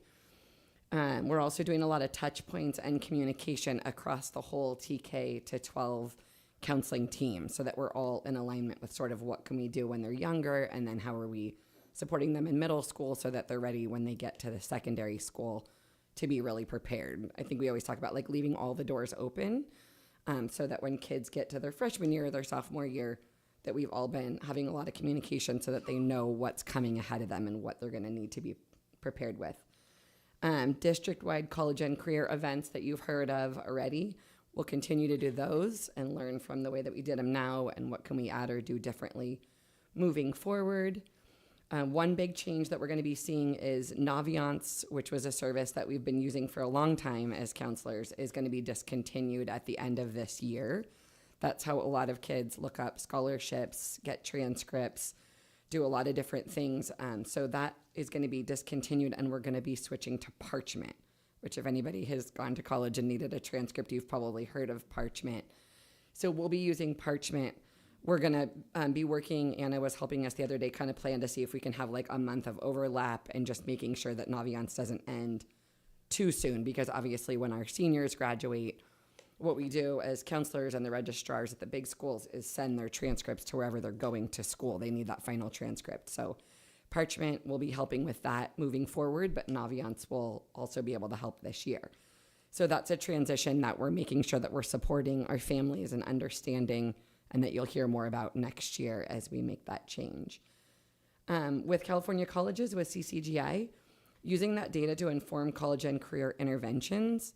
A lot of you have heard of the A to G status. It was really great. Anna was able to help us. We printed out A to G status forms for each of our kids, each of our seniors this year, if we wanted to. And it shows you in color. It's like you still don't have area B, or you still are missing area C. So that's really helpful for kids to just see it really plain. So continuing to make sure that the families understand that information and the parents understand that information, and that kids are aware of what they need to be doing before it's too late. The 9th and 10th grade lessons, as you've heard, making sure those kids are ready, and then targeted messaging and support for parent account creation as well. So a lot of work on just continuing to make sure that everybody in the community is aware of CCGI, and that we will want 100% log on. So when kids are doing their FAFSA, when they're launching any California applications, that they'll be using that. So that's what we'll be continuing to be focusing on. And I think that's it. So Thank you. I think we went a little over, but we hope everybody understood. Is there any questions or comments? Well, I think I need to go online and look, and I'm so glad that at first I thought, maybe was I supposed to do California colleges yet? I don't know. I'm one of those parents, I think, that sometimes doesn't check. So I'm grateful for all the stuff you guys are doing and supporting our kids in so many different ways. And I'm being serious. I really want to go and look at the information on the website. I used to stay away from our website, but I'm so happy that we've been really redoing it and having helpful information there. And also, Kelly, I appreciate you mentioning, because one of the things I was thinking about with our kids, I know a lot go to different, do online classes and stuff. And so you did mention about pulling that information in, or, and Yeah. so I think knowing so many kids that are taking Spanish or whatever through community colleges, that was the piece that I was wondering about. So that was great. Overall, I'm wondering, because I know that we've had funding challenges and changes and shifts, if you're all feeling like, is California colleges supporting you guys in really great ways and making things easier now that it's on board? And it seems like there's a lot of great things that it's doing, but I'm wasn't sure if that makes it easier for you or harder, or.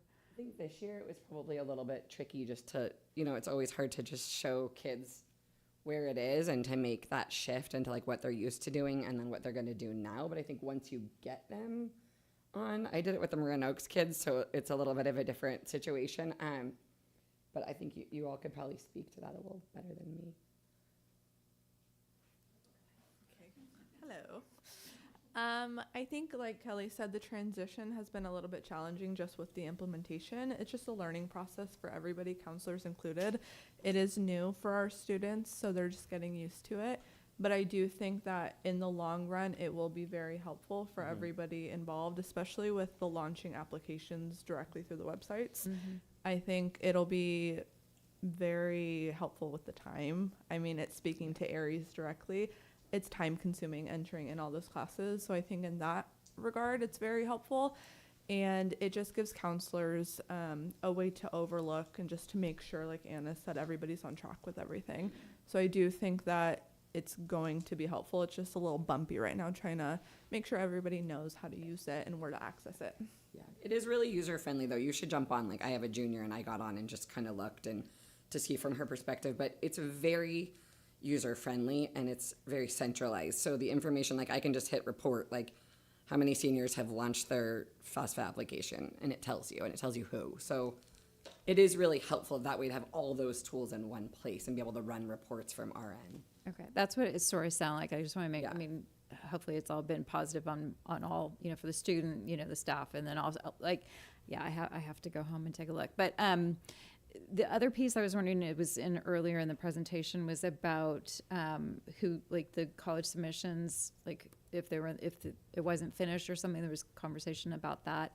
I was curious, again, thinking about workload for you guys, do you have to go in, or does it spit out a thing that says these kids didn't finish whatever they're doing? Is it that easy? Or yeah, it's a report. Okay, so you it's could not like go you in have and to run go, a report. okay. Yes, and it will show you students who have submitted, and it will show you students who are in progress. Perfect. Okay. Yeah. Okay. So that seems like that's a time-saving thing as well. Yeah, it's just something to get used to, I think, as part of putting my counselor hat on, as part of your process to jump in and do that, because we've never had access to that before. It's just been, I have a conversation, I just have to trust what it is that you feel. And I think in financial aid world, that's especially huge, because students think they hit a submit button and then something's left out and they're actually not submitted. So it's a big deal. And we don't have a college and career person at Hill anymore, so it's helpful that they went on, like in their Bridges class, in their CNCR, they went in and they like did the whole interest profile. They did all of that in class. So it was kind of a helpful way to give them that. So I do think it'll be really helpful. And correct, I can go in though and see too. So my kids said, okay. So I think that's even helpful. Like yeah. Okay. Thank you. Yeah. Anyway, I And appreciate you guys. it's great to go in and just have your student log on and see what they see too, because you're going to get a lot more information with student view than you will parent view. Yeah. Any other questions? I have a clarifying question. So it seems like every year, I think you said this on your last slide, that you can print a report to see if you're on track.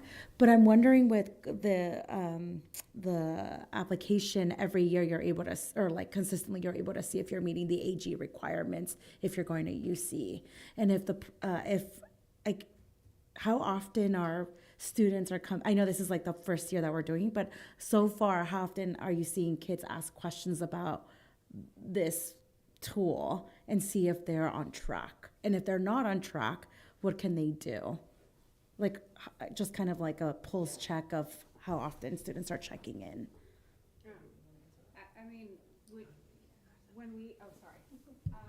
when we presented into the classroom, we had them go in and check that, where they could see like the green, meaning that they were on track, and they might have red or yellow.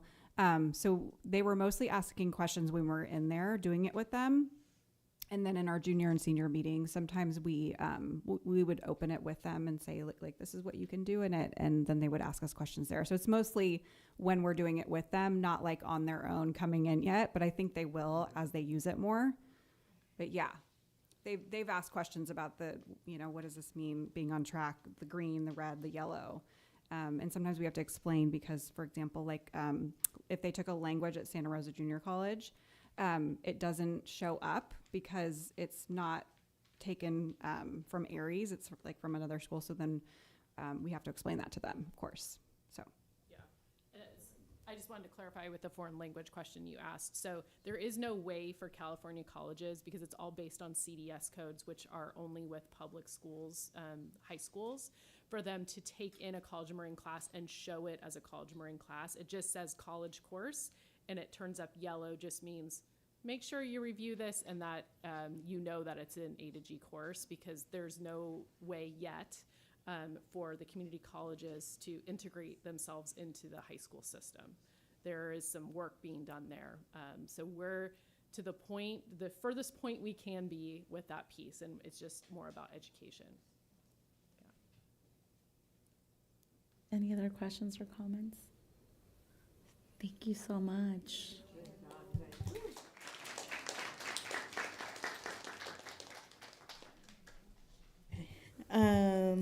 Next is notice of request for proposal by Northern California School Nutrition Purchasing Cooperative on behalf of NUSD Food Services.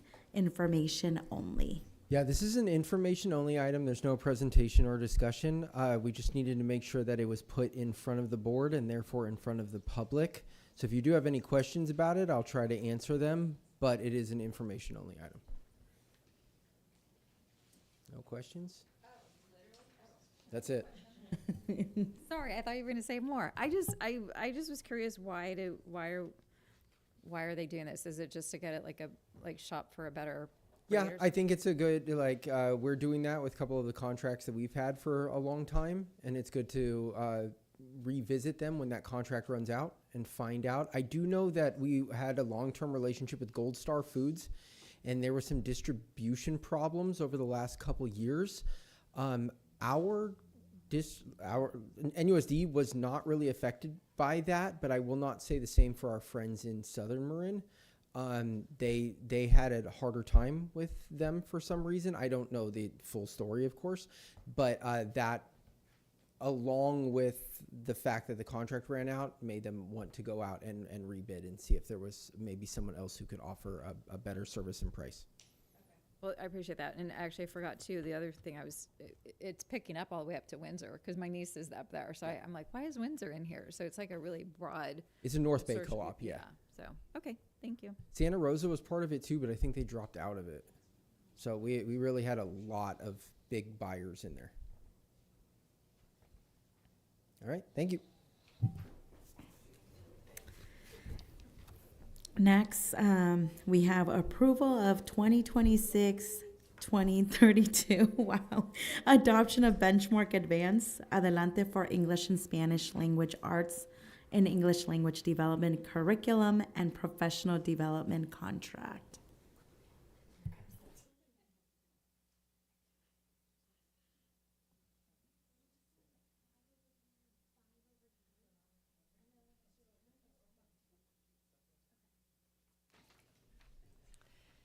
Good evening, Board of Trustees and Superintendent Dr. Smith. I'm Lindsay Broden. I'm Director of Ed Services, TK through 8th grade, and I'm joined here with many members of our ELA adoption pilot team, who I am so proud to stand alongside and proud to partner with. And I'm going to introduce these folks really quick. I'm just going to read so I can go quickly. And when I read your name, just give a little wave. I'm joined with Erin Chase from Pleasant Valley, Christy Chipman from Rancho Elementary, Emily Cook from Linwood DLI, Tracy Harding from San Ramon, Abby Conieres from Pleasant Valley, Principal Lauren Menchavez from Linwood DLI School, Alyssa Pappas from Olive Elementary, supporting us in the audience, Andrea Pinson from Hamilton TK through 8, Bria Shelley Wack from Lou Sutton, Tony Kwan, principal at Pleasant Valley, and Michelle Robertson is also here supporting us from Pleasant Valley Elementary. And I'm going to pull up our slides now.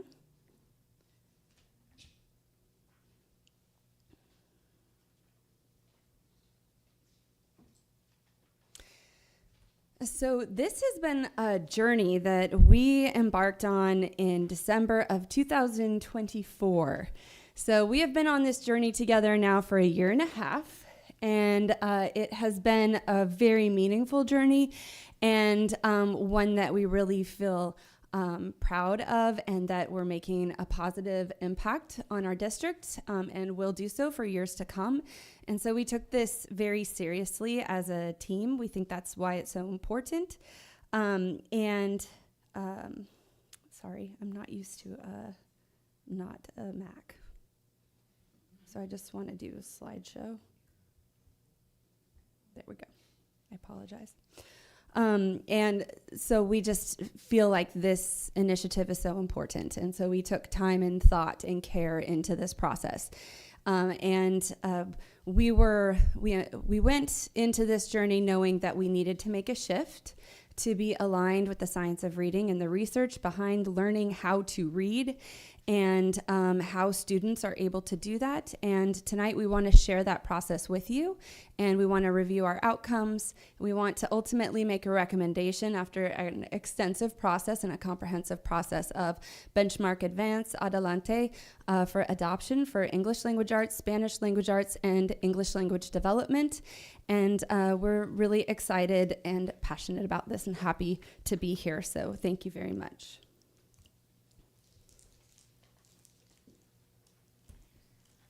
So we started the process by getting input and guidance from our community partners, and then put together a representative pilot committee representing each of our school sites and a variety of grade levels.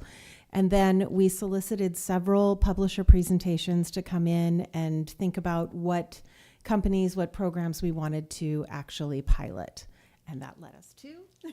That led us to 3 programs that we piloted through from December 2024 to March 2026. There were McGraw-Hill's Wonders, Maravillas, Benchmark Adelante, and Amplify CKLA Caminos. We selected these 3 over the others because they were aligned with the criteria that we had developed for choosing pilots. And then for our evaluation of these 3, we had a second criteria, which we used in our evaluation, which you will hear soon. And then throughout this process, we were extensively trained in reading a science, in the components and the principles that make up this program and this way of education.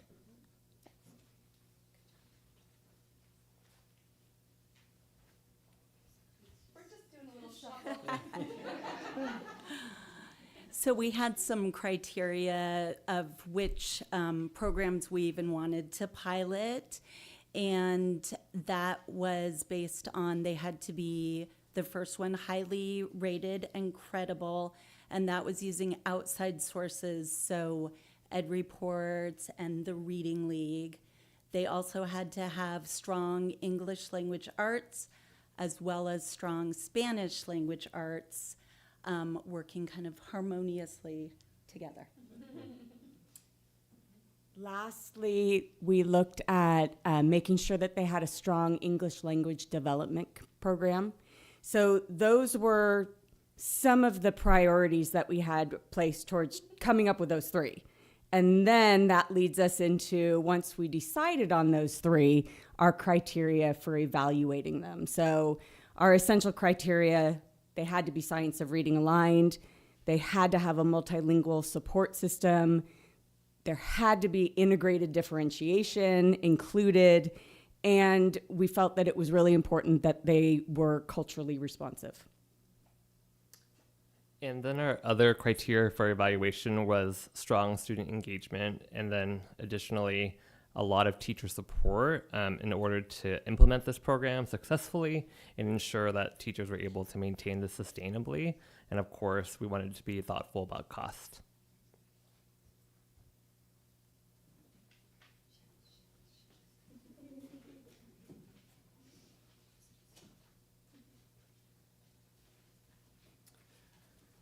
All right, and then our next and very important slide is on the Reading Links Red Flag evaluation, all the criteria that we used going through each of the pilot team to see the best fit for us in our classrooms. The pilot team used these evaluations as a whole group as well, in many, many, many Zoom meetings, team meetings afterwards. We also took into account our classroom observations. How are our students connecting with the material?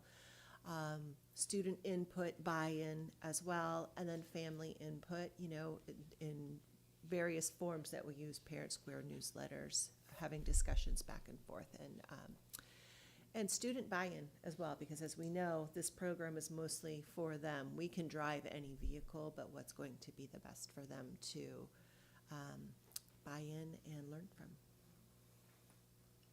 We also consulted neighboring districts in Marin County and in Sonoma County, as well as in Alameda County, to know what they thought of each of the programs and how they were working.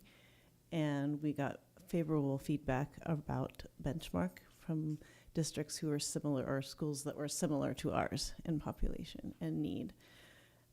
We then figured out what was the most important of our 16 points for data for why we favored Benchmark. So some of the things that were more important were things like making sure that it was culturally responsive and making sure that there was differentiation, ELD. Some of those things were highly weighted in our decision making.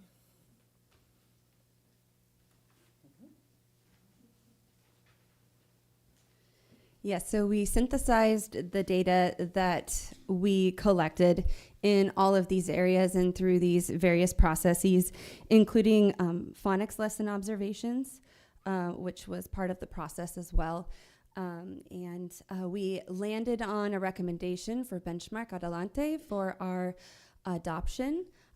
Primarily, well, you know, it's interesting because Madeline Panacci was here tonight talking about some ideas and things that they're doing based on research with ELD at San Marin High School. What she's talking about is connected to a knowledge building aspect of the science of reading. And what that means is that students are learning about meaningful content in areas other than just English language arts. They're learning about science that's connected to their grade level standards. They're learning about social studies. And then they're using these academic language terms and they're building upon each other, and the language continues to build. And then there's morphology and word study that's occurring with these words. And what we were seeing is that the ELD, the Benchmark Express program, and the integrated ELD aspect of Benchmark Advance was superior and did this so well that we were very compelled to bring that here for our recommendation. So that was really cool to hear tonight when Madeline was talking, because that's the basis of a lot of our evaluation as well. But yes, we selected Benchmark Advance Adelante because of its alignment with the science of reading, and then specifically the previous version. So if you go back to older versions of Benchmark Advance, they have shifted also, just like we're doing as a district, they have shifted their approach to be science of reading aligned and to be structured literacy aligned. And so they just came out with a 2026 version that does that to the strongest extent that they have offered so far. And it didn't have red flags found in the areas of the science of reading instruction. So that was really exciting to us. What they've done is they've taken their science of reading aligned 2022 version and made it even more aligned and even more researched aligned in the areas especially around word study and morphology and phonics and expanding decodables and just really making sure that they are aligned as strong as possible to the science of reading research, body of research. And so we are really excited to be adopting to recommend the 2026 edition.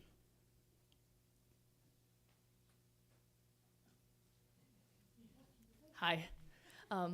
So one of the also reasons why we picked Benchmark is, as Lindsay was saying, there was strong support for multilingual learners, a really strong designated ELD program, which was Benchmark Express, that was clearly aligned with the Tier 1 instruction that we were giving to our students. It wasn't in isolation, with a strong integrated ELD embedded throughout.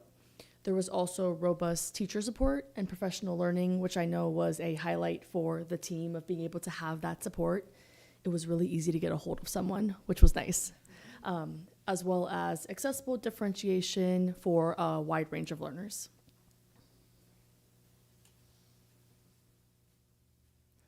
All right, the last few reasons that were very important were cultural relevance and representation. And as principal of the dual immersion school, we found that there was authentic text provided in Spanish, not merely translation of the English curriculum. The thematic units K through 5 is already a practice that we have at the school because it's so helpful for language development. And so we're really excited that we're going to be able to collaborate with the other schools and use the same curriculum that can unify our school sites. And we all know that working in a silo is not as good as working in collaboration with others. So this will help us get aligned around those thematic units. It's aligned to the dual language immersion pathway. And in fact, in reaching out, it's what a lot of the 90-10 models are using locally. And so we already have plans that'll help us map that out into a scope and sequence that integrates both languages in our language arts curriculum. And finally, it's cost effective. There's a ton of resources, which is great. We just have to figure out where to put them all. And I just wanted to add on, we talk a lot about designated ELD, which is a standalone ELD time. And this program, it's all integrated thematically. So the things that students are learning about in their core classes and in their just regular English language arts class and things like that, it's all thematic through the grade level. So like it doesn't matter if you're doing an ELD lesson or if you're doing like a small group lesson, or and the integrated ELD is scaffolded by level for teachers to be able to draw upon that resource too. But the students are learning about content that's aligned with their grade level standards in other content areas, not just English language arts. And it's thematic for each grade level. So for an entire school, really. So like there's a unit on community, and that means kindergarten through 5th grade. They're studying concepts around community that also relate to science and social studies and other content areas. And every unit is like that. So that's very exciting too. And all of this is what really makes a language program strong, because it creates meaning for students. And language is about meaning. So we're really excited and proud to be here. And thank you for listening to us. And do you have any questions? Trustee Butler? Well, let me just say you're all rock stars, because this is a huge feat and you have made strides that are just going to make it so much better in the classroom for the students. So thank you very much. And Lindsay, thank you for taking the lead on this, obviously. And then you're going to move into HR. So, just count this as, a star by your name for getting this done. So thank you very much. The question I had was the addition for the Spanish language arts is 2023. Do they plan to do anything sooner? Are they changing that in any way, or? Yeah, there will be some updates also with the Spanish language arts. Yeah. And from my understanding, they kind of started with Spanish language arts, so that's kind of been ahead of the curve the whole way through. Oh. And a lot of DLI schools rely on Adelante for years. Right. And so yeah, we think it's a very, very You think updated. it's okay. And then my other question is, you had a lot of professional development over the course of the last, let's say, 2 years or year and a half. I know when you're piloting, Benchmark was here and all of that, or you had some people come into the classroom. How is that going to continue on after in the first year here? Great question. Thank you for asking that, because that is part of what is on the agenda to approve tonight. So we should speak to that. So what Benchmark Advance, what set them apart in this criteria area is that they sent 8, 10, at least one per site. So 8 to 10 educators who now, work with Benchmark to our sites multiple times during the pilot process, probably 5 different times.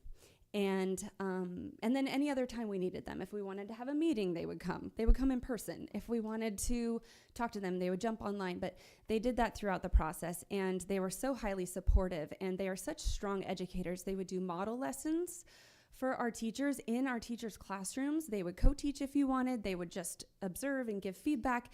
They do whatever we need to learn. And so they'll allow us to learn from them in whatever way we need.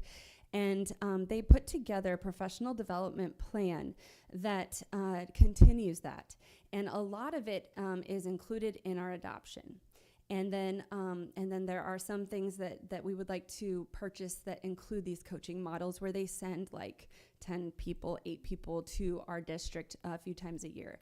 And we're right now figuring out ways that we can do that to get the most without spending a ton more than we need to, but being really creative about our collaboration together. And I think that we found the right combination and the right support, the right level of support in the PD contract that we're bringing tonight. Thank you. And you have the materials that if we wanted to look at them, if I was here and I wanted to just, because sometimes, yeah, when this come before, we usually get an idea. We get see the book and whatever else. Oh, okay. Yes. Yeah. Okay. Yes. They're right in my office. Some of them, all the sample materials. And then all of our pilot team, our wonderful pilot team, has sample materials, lots of materials, even though we haven't even ordered it yet. And then we have materials. You have samples, yeah. So if I wanted to take a peek, I could. And then just one last thing. You kept us updated every month on this process. So I feel well informed throughout the process. I don't feel like this is not new to me in any way, so I appreciate that very much. Thank you. Thank you all so much. This is, as you said, such a huge process for teachers in the room, teaching new curriculum, piloting new things. Also, Lindsay, one thing that you did not highlight here, but I thought was really impressive, was how you built consensus. I mean, and you had different teachers with different opinions about different parts of different curriculum, and you got them all to a place to agree to support a curriculum, which is really impressive. I'm wondering if you could talk a little bit about how this partners with the Heggerty training that so many teachers have already taken. There's a huge investment, and you and I spoke a little bit about how these work together. So if you could speak to that. Yes. So we went into this with a great appreciation for Heggerty, because it has been a significant vehicle in supporting our teachers and our leaders with our shift in the science of reading, because it gave us the tools to do it before we necessarily even understood what we were doing. And we've really been reliant upon it, and it is something that we don't want to trade for anything. So we want to continue to use Heggerty, and it complements Benchmark Advance. And what Benchmark Advance has worked with us on is if we adopt, they're going to create. They already have a crosswalk that aligns the two phonics aspects of the programs. But we want to kind of spell it out and articulate it, and create an aligning scope and sequence that fits together. So it's supplementing for what Benchmark already has. And with the 2022 version, we were like, oh, good, yes, we're going to keep Haggerty because they're rated strongly now for phonics, and also we want to supplement, and that's important to us. And then with the 2026 version, we're like, gosh, Benchmark is even stronger than the 2022 version, and we still want to supplement with Haggerty.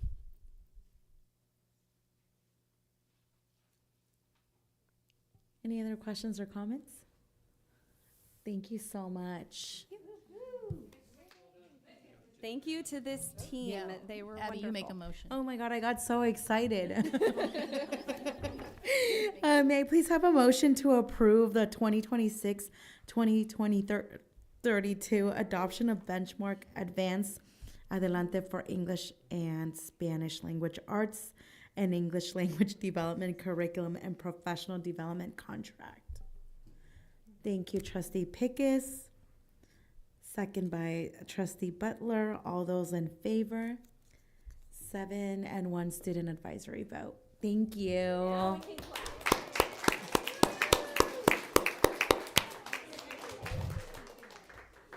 Thank you all for coming tonight. We really appreciate it.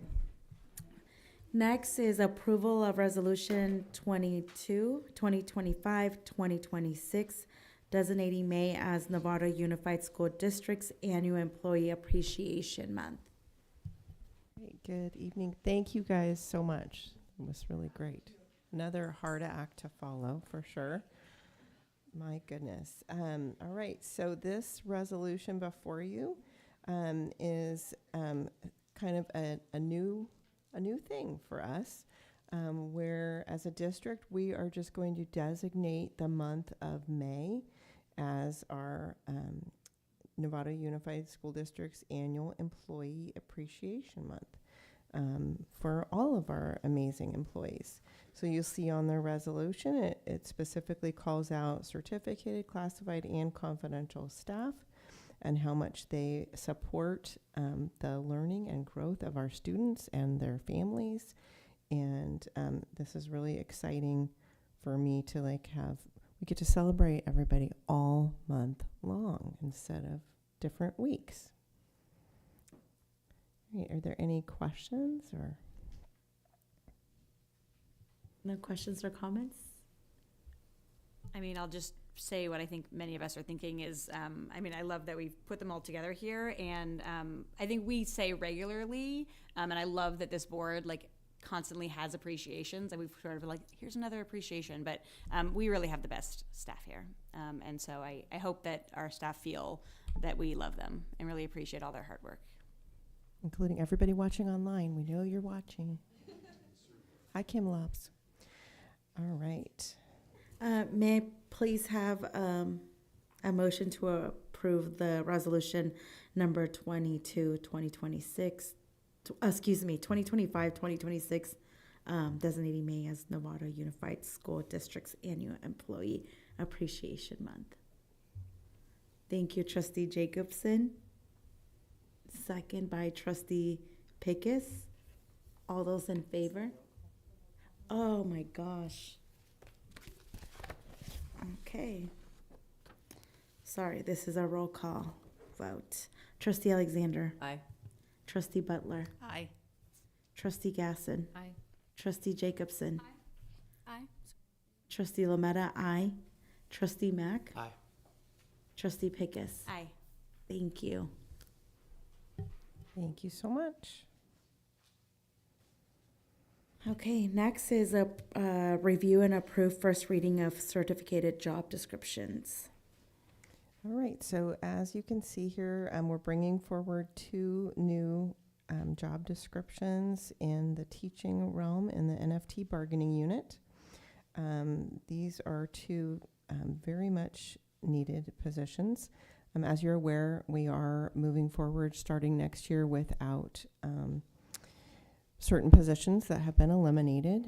And the first job description you have there, the ELOP assessments and data teacher on special assignment.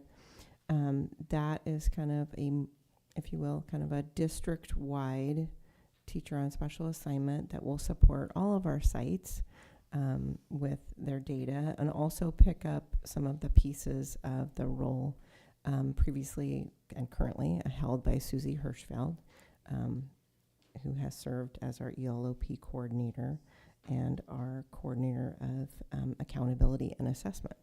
So trying to morph some of those things together into a full-time teacher on special assignment position.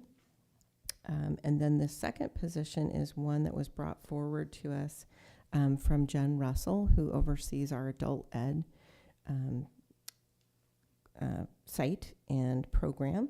And if probably now you're a little bit more aware, but in the item it explains that Novato Unified is one of 6 participating districts in our county as part of and the Adult Education Consortium.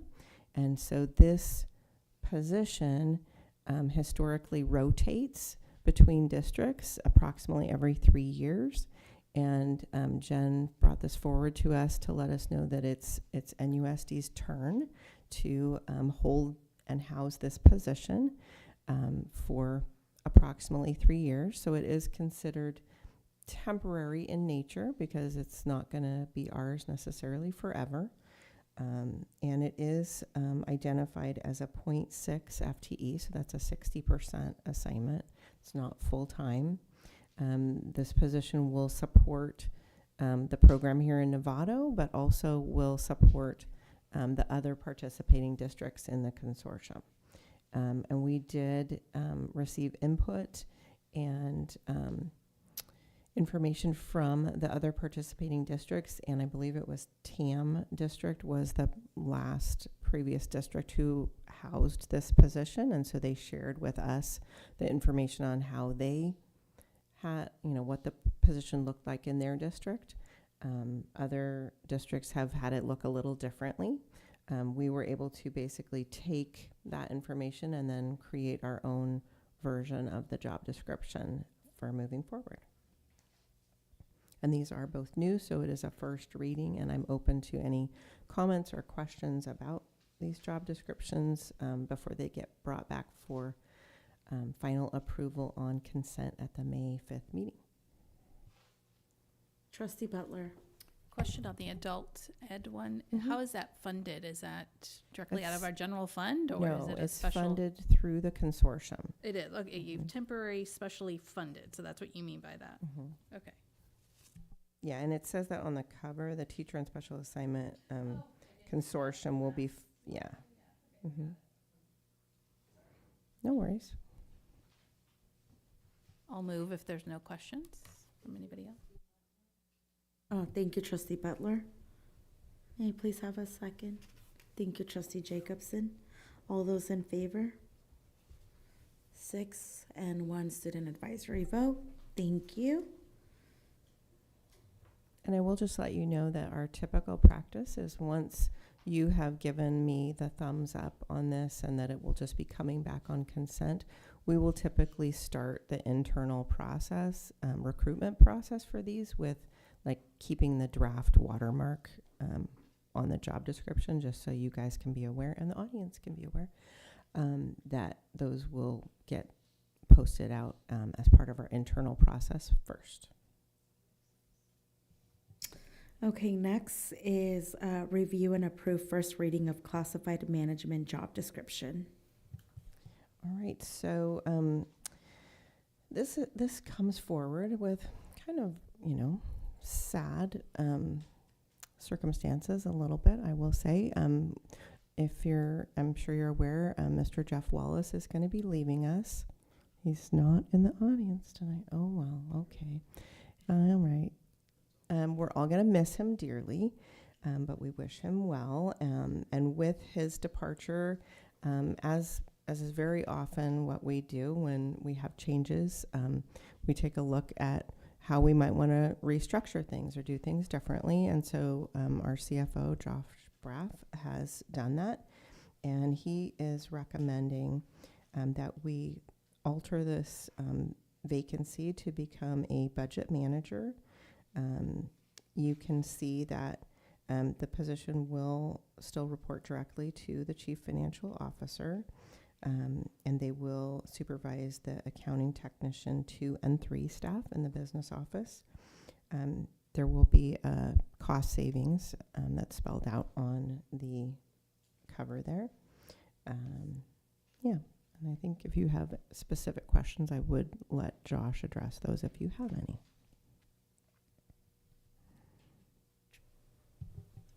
So not so much a question, but just an appreciation. I know these are, a lot of big roles in our finance department and a lot of things that Josh does, but I appreciate how we've kind of evaluated and tried to have some cost savings during this opportunity. So anyway. Any other questions or comments? Okay, may I please have a motion to approve the first reading of classified management job description? Thank you, Trustee Alexander. Thank you. Second by Trustee Mack. All those in favor? 7 with 1 student advisory vote. Next is review and approve first readings for new board policies in the 4000 series. All right, so I will just kind of summarize the cover there. These are new board policies for classified, certificated, and administrative. Those are the 3 number series there. It does reflect new law, SB 188, which prohibits discrimination against traits historically associated with race, including hair texture and protective hairstyles such as braids, locks, and twists. Reflects new the laws which allow employees to appear and dress in a manner consistent with their gender identity, gender expression, or religious creed, and adds material regarding the communication of the district's dress and grooming policy to employees. And this is a first reading because they're new. Questions or comments? Okay. May I please have a motion? Thank you, Trustee Jacobson. Thank you. Seconded by Trustee Pickus. All those in favor? 7 and 1 student advisory vote. Thank you. Thank you so much. And then next is approval to delegate authority to the superintendent or designee to award the total base rent Amendment 1 for the HVAC and fire alarm project at Novato High School to write contracting upon division of state architect approval. So normally John presents these, but he asked me if I could do it for him tonight, which obviously yes. So this is for the Novato High School HVAC and fire alarm project. Our project is still with DSA and we're waiting for DSA approval. We do have the comments back and we are submitting those for back check on April 28th. The initial pricing looks like it may be a little over budget. However, we are trying to do some value engineering to get us back in alignment with the budget. Wright Contracting was selected as our best value contractor back on January 13th. And today, because of we're not allowed to award that contract until we have DSA completion, this is very similar to what we've been doing recently to try to sort of get us lined up so that as soon as that DSA approval comes through, we can officially award and get to work. Questions or comments? Okay. May I please have a motion to approve this? Thank you, Trustee Butlers. May I please have a second? Oh, thank you, Trustee Alexander. Anyone, all those in favor? 7 with 1 student advisory vote. Thank you. And then last on our agenda is approval of the mini pitch grant agreement with U.S. Soccer Foundation for Loma Verde Elementary.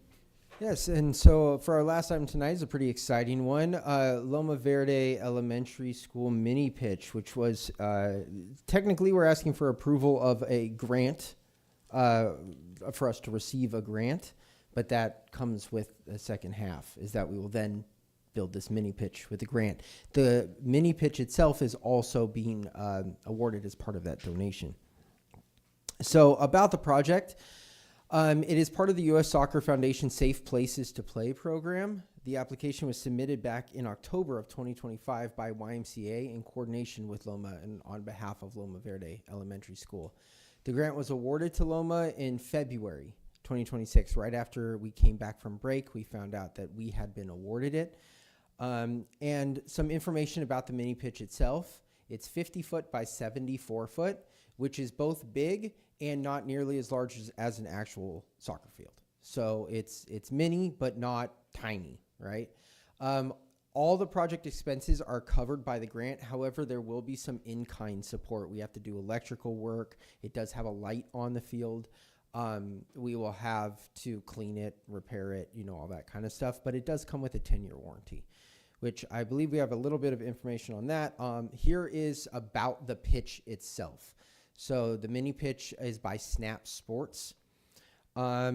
It's a well-known brand. You can see here, this one is branded with Red Bull. They've put mini pitches, they being U.S. Soccer, has put mini pitches, San Francisco, Oakland, all up and down the state, but also all across the United States.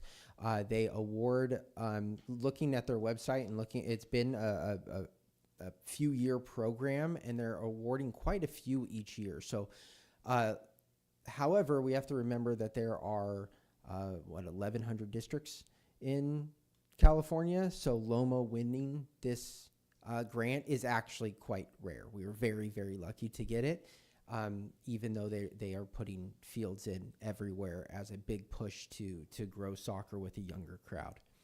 The mini pitch roadmap. We've already completed number 1, identify the site. 2, secure the funding. 3, complete the paperwork. We've done all that. We're right in between that right now. So with approval tonight, all that will get submitted, and we'll begin working on compiling the scope of work and signing off on that, which then the scheduling and installation will be 10 to 12 weeks after, and it says it takes about 3 to 4 days for them to get it done, as long as weather is permitting, which if it's during the summer, weather will permit. We're in California. This is what the pitch looks like. And I believe on the actual grant agreement, never mind, I put it in here. Never mind, it's just the next slide. So on the next slide here, on the left-hand one is what is going to go on the actual field. So Loma Verde's logo will go on there. MetLife and U.S. Soccer, U.S. Soccer being the grantor and MetLife being the primary benefactor. And then on the sidelines, going from left to right and left to right, you see MetLife, Loma Verde, U.S. Soccer, and Novato Unified School District's logos.